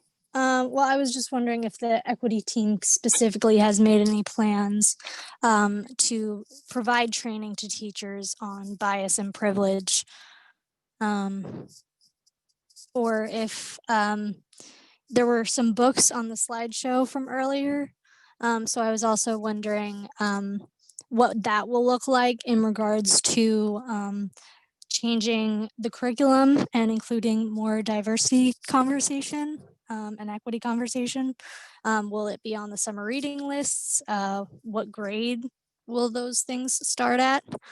And I also understand that there's only so much that we can do given COVID, but will you be putting families in touch with any events going on? Will you be hosting events with families and students regarding conversations of diversity and battling bias and ignorance in the student body? So those are just some of the questions that I had, but I understand that you guys are still kind of laying the groundwork. And I'm very excited to see what is going to come next and to see what the follow through will be for all of this. Bob, do you just want me to respond? Hi, Margot. A lot of your question really centers Annie, on. I'm gonna stop you. I saw throughout that, I saw April's head like nodding, constantly. So I'm gonna go to April, who was doing more nodding than you, and have April and then maybe you speak. Is that okay? Yeah, sure. Thanks, Annie, for opening it up. Definitely everything. And is it Margot? I don't want to say your name wrong. Yes. Okay, Margot, yes. Everything you shared is in the strategic plan. We didn't show the whole, it's a 35-page document, which will be shown to the community and our staff for discussion. So all of the things that you just shared, that is in goal 1, but you definitely, when we have that open discussion, we look forward to your input and feedback in that area. Okay, thank you so much. Annie, would you mind just sharing some of the ongoing work? I know you started to, I believe, allude to the work at the building level that has really speaks directly to Margot's question. No, I was just going to say, as April said, that Margot, as you heard the different arms of the committee present, I think your questions really center in goal area 1. And there are 5 different goals there that were outlined just briefly tonight. But during the month of October, when there's opportunity for you to review the full plan, I think you'll see that a lot of your questions about curriculum audit as well as professional development are really robustly addressed in that part of the plan. Okay, now I'm going to turn it over to Diana Levitt. You there, Diana? Yes. Hello, can you hear me? Yes. Okay, I'm actually going to turn it over to Noam, who is a student in the school district. Go ahead. Good evening. My name is Noam Joseph Levitt. I'm a 3rd grader at Murray Avenue School, and I love school because I feel safe all the time. Everyone at school always has been really good to me. Whenever I get hurt, teachers come and take care of me. Whenever I get hurt, the person who hurt me gets in trouble. But I have learned that being treated well, especially when you are hurt, doesn't happen to all kids. I want Black kids to feel safe at school. There are way fewer kids of color than white kids. Those kids of color need to know that teachers will treat them fairly like any other kid. They know that Robert Chaps is not treating them fairly. Friends of mine are called the N-word, and their mom went to the superintendent, and all he did was follow those kids. Diana, I'm really sorry. I don't want it, I feel like you're putting Noam out there to say things that we cannot that we could not say. Noam. He wrote this himself, Rena. Diana, I said. He wrote this himself. Diana, I think that's terrific. The rules apply to everyone. So this is the warning. Any part that talks about a district administrator or district teacher or staff member, this is the warning. I am going to cut you off. So if you want to just cross out some lines on what Noam is saying, and then we can proceed. Okay, you can finish on. Okay, sweetheart, you can keep reading.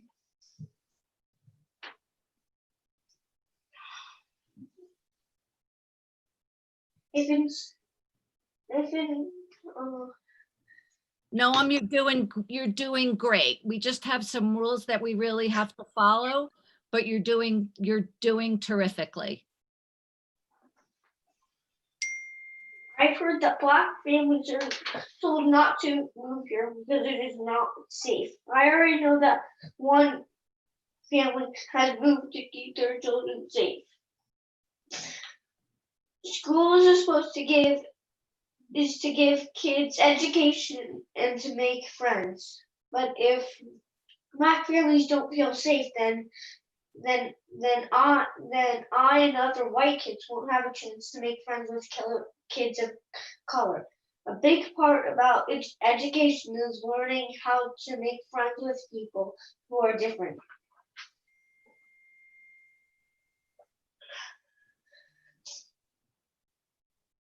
That's the end of his statement. Okay. Noam, thank you. And we hope you're having a good, I know it's a strange start to the school year, but we hope that you're enjoying being back with seeing some of your friends and other students. So thank you. Okay, thank you, Noam. Now we have somebody from Do Better. Hello? Hi, yeah, this is Eileen Morales. Sorry, just a moment.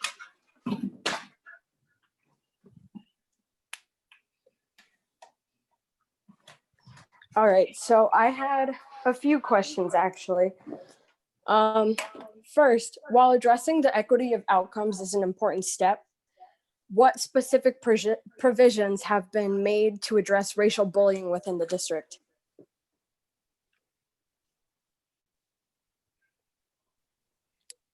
If you have a number of questions, why don't you just ask them all at once, Eileen?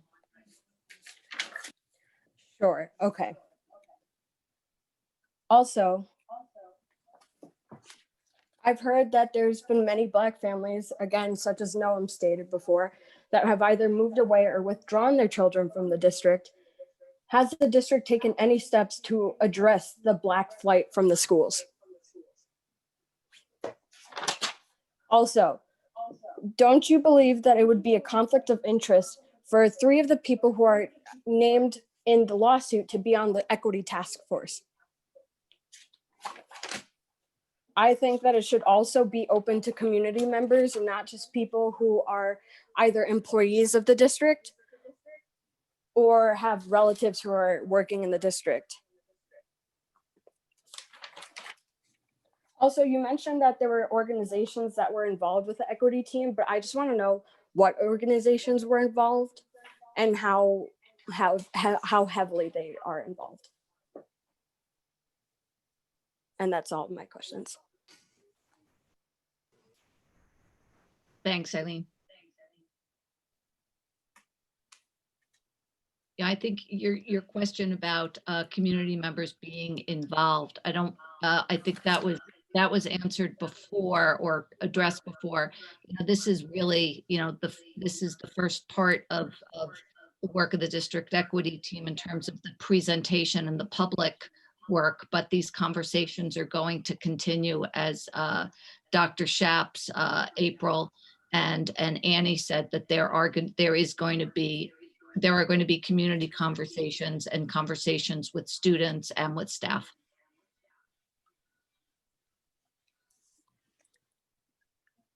Is there any other questions you can answer for me right now?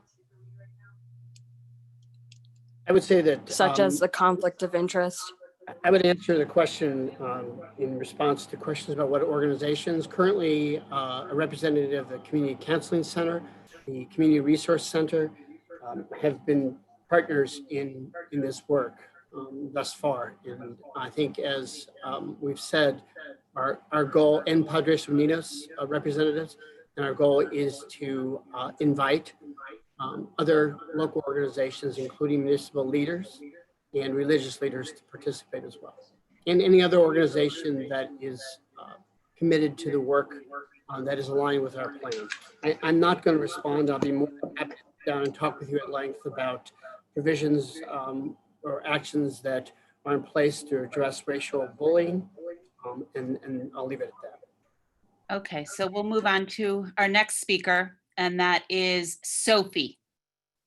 And here you go, Sophie.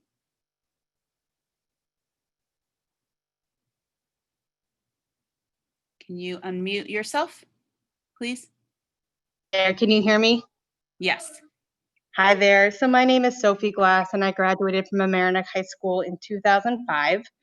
And I just wanted to express support for the district's equity work on behalf of 168 alumni who signed on to a letter this summer. All these alumni identify as white, and we just wanted to stand in solidarity with the communities of color who are working really hard in conjunction with a lot of white staff and other white community members to make the district a more equitable place. I mean, in the 15 years since I graduated, I've really been able to see and observe some of the ways that the district fell short, and I'm very heartened to see the work that's taking place right now. So thank you. Thank you, Sophie. And now we have Joseph Robb. Hi, my name is Jo Robb O'Hagan, and I'm a freshman at Mamaroneck High School. While I applaud this team for including the forums with students and alumni, which I believe are extremely important, with such a big community outcry over the summer, how will we know that these community members' complaints are being addressed and taken into account? And is there any oversight for this task force? That's all my questions.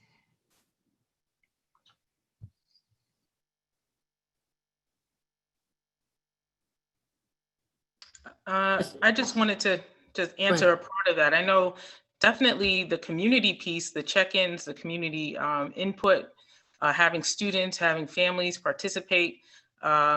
Presently, I am not part of the district, and this is work near and dear to my heart, and I keep things straight up and real. So there are many different ways to ensure that this work is going to continue, and it does take collaboration. It does take all of us coming together and saying we want to do this together, and understand that it's not going to be easy and that we have to work across lines to be able to move forward. Standing here as a Black woman that worked in the district, and Marsha has shared also, the adversities and the things that we have gone through, and I'm happy to hear this, and I'm happy people are showing up.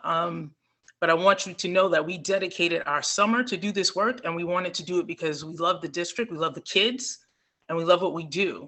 And so we hope that that has shined through, and it wasn't about any agenda, but the agenda of being equitable and making sure that those who have spoken up, that we heard, showed them that we heard them and that we want to make change. Thank you. Thanks, April. And next up is Oscar Fernandez. Hi, this is Oscar Fernandez from Sunset Road. I have 3 children in the district, a freshman, a 3rd grader, and a 1st grader. First of all, just thank you to the committee and to all of you, and especially April yourself. You can see the great work you guys have done throughout the summer and answering the call here. And I think the community will answer the call with you. So it's really heartening to see this. It's one of the most amazing presentations I've actually seen being here in the district the last 7 years. So my question is around the measurement of the metrics and the check-ins. Is there going to be kind of a baseline for some of that? So if we're going to create qualitative and quantitative metrics to analyze progress, will we also start with kind of here's where we stand today with some of these goals so that we can measure progress? And then the second part of that question is periodic. Is that going to be quarterly or monthly, or Is it going to be annually? What do you guys envision in that regard? And then lastly, a question just around doing the same type of form. I know there'll be other community forums, but for the monolingual Spanish speaking community, and I know there's some Potosinos folks on, which is great, but I think a lot of this is, to make sure they understand what's being done here, and seeing this great work that's been put forth. I think that would be one of the first steps, especially since they're one of the larger communities who I think are most impacted. So those are my questions.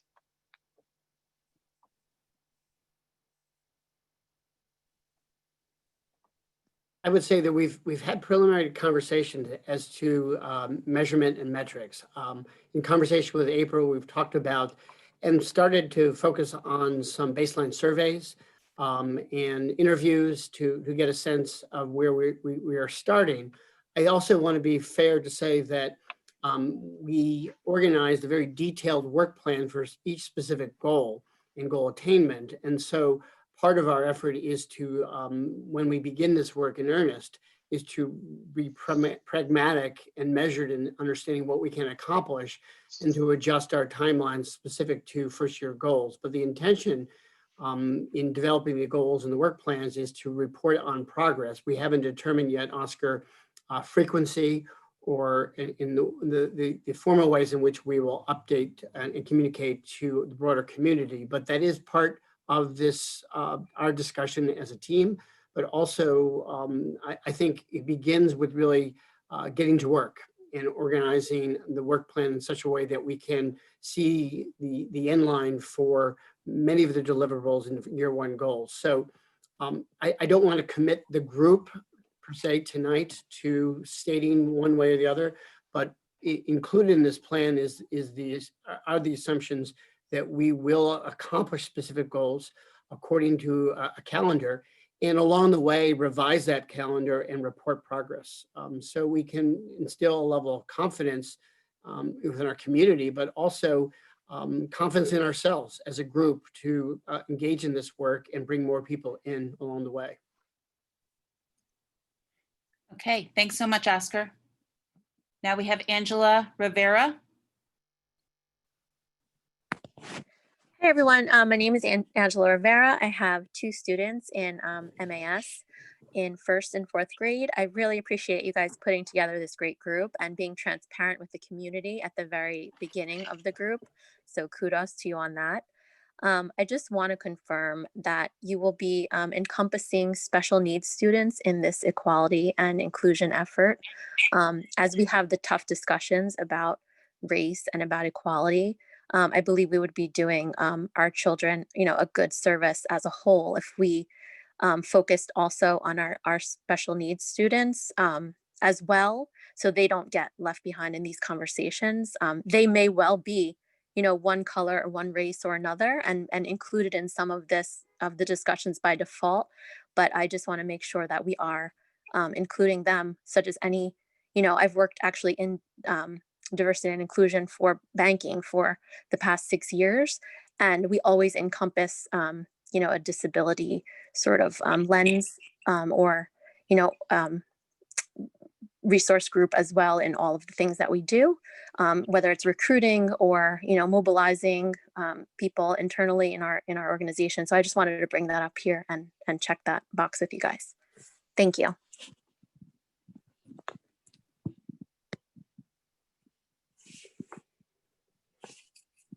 Thank you, Angela.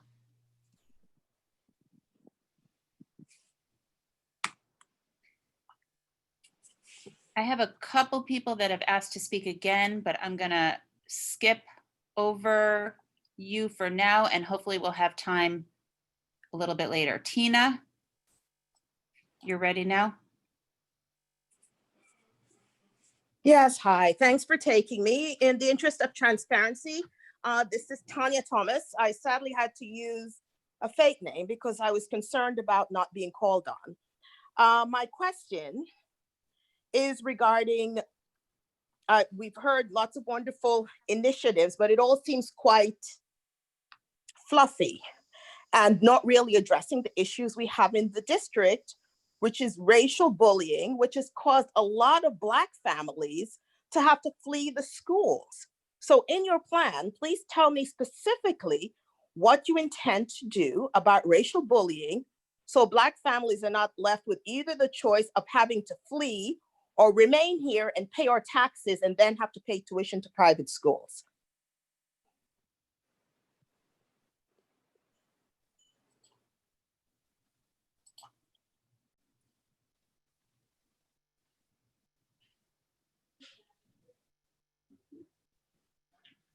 Is someone going to answer my question?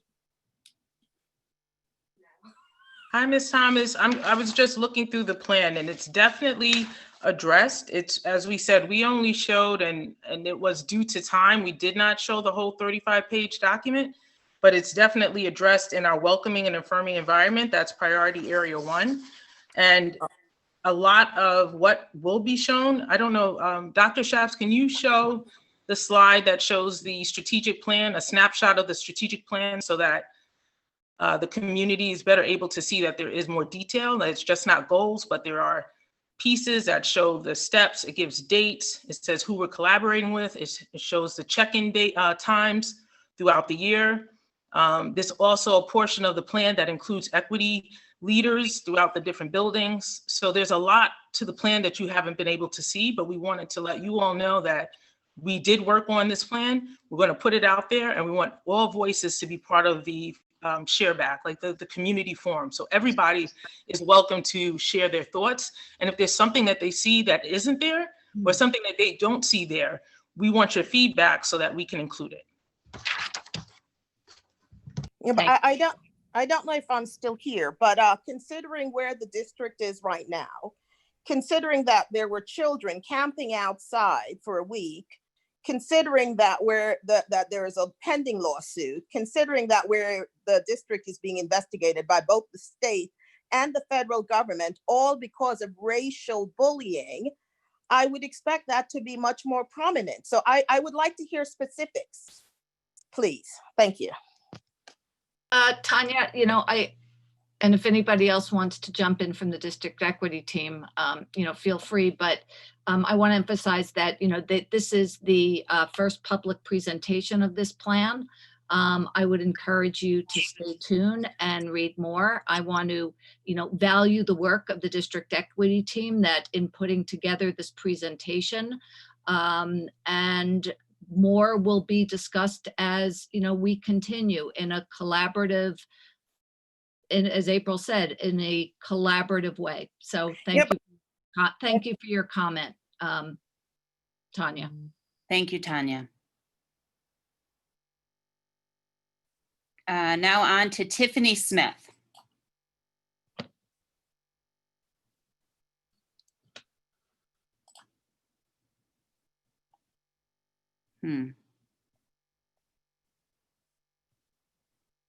Tiffany, it says not allowed, allowed to talk is not available because of an older version of Zoom. Apologize for that. That's why you're not permitted, unfortunately. Let's see. Rena, would you like me to call on people who have already asked questions? Or I just want to say, if there are questions or comments relating to the presentation that was made, then, absolutely. But if they relate to something outside of this presentation, it's already 9:17. I would ask that you submit them in writing to the board at board@mamkschools.org. Okay, so we have 5 people who have already asked questions, who have raised their hands again. And then I just see one more that has not asked a question previously, and that's Courtney Stanley. So I am going to give Courtney permission to speak. Thanks. Courtney? Hi, good evening. Can you hear me? Yes. Great. Thank you so much for the presentation. Eager to hear and see the next steps in the near future. I wanted to ask if beyond the committee that was formed, if there was any consultation with other districts that are leading the charge in this? Has there been any consultation with any outside groups? I know the district has often sought advice from other organizations when we have major initiatives. So I'm just wondering if it went beyond the core committee that we saw, that we read about tonight. So I'd appreciate any info. I would say, just to start off, Courtney, that there's been a lot of ongoing professional or regional conversations among administrators that I've been involved in conversations with districts that are well underway with this work or just beginning this work. And in my conversation with April as well, we focused on the importance of owning the work and sustaining the work. And whereas we're always open in parts of the plan to consider resources and outside organizations to help us move forward, we are also certainly committed to owning the work and increasing both our knowledge and understanding, but also in professional development, but ensuring that we move and take responsibility for goal attainment. I would say that we're certainly thrilled that April, in her capacity, will continue to help facilitate and certainly identify resources that will help us along the way as we move forward in the plan. So it's something that we're open to. I think in the area of racial literacy, certainly in my conversations with a number of national, what I would say, experts or people who are doing this work, that we are always open to make partnerships and commitment to partnerships that will help us accomplish our goal and help the community. Thanks, Courtney. Real quick, also, we have April is our major resource to get this going. And it's not just another administrator that we picked up to take the lead. This is why we have her, and that's why she's staying on, because of her experience and her talents. And April is doing similar work with a multitude of districts in her position at the Eastern Suffolk BOCES as well. So I think it makes for natural connections and the sharing of resources and materials. Rena, I just want to say, I want to be mindful of, we have a large group here committed to presenting, and I just want to be mindful of their time as well. And just mention that we are committed to a series of public conversations where individuals who've asked questions, who would like to continue the conversation, will have more time. And maybe, as Rob had mentioned, think through the opportunity to structure the conversation where people can provide more comments and suggestions.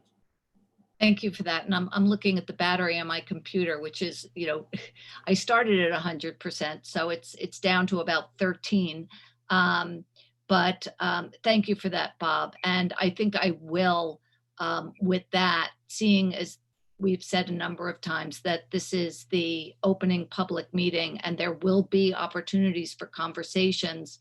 And as to Rob's point, what he asked, the forums for those conversations, and really having them take place in an environment that is open to having those conversations.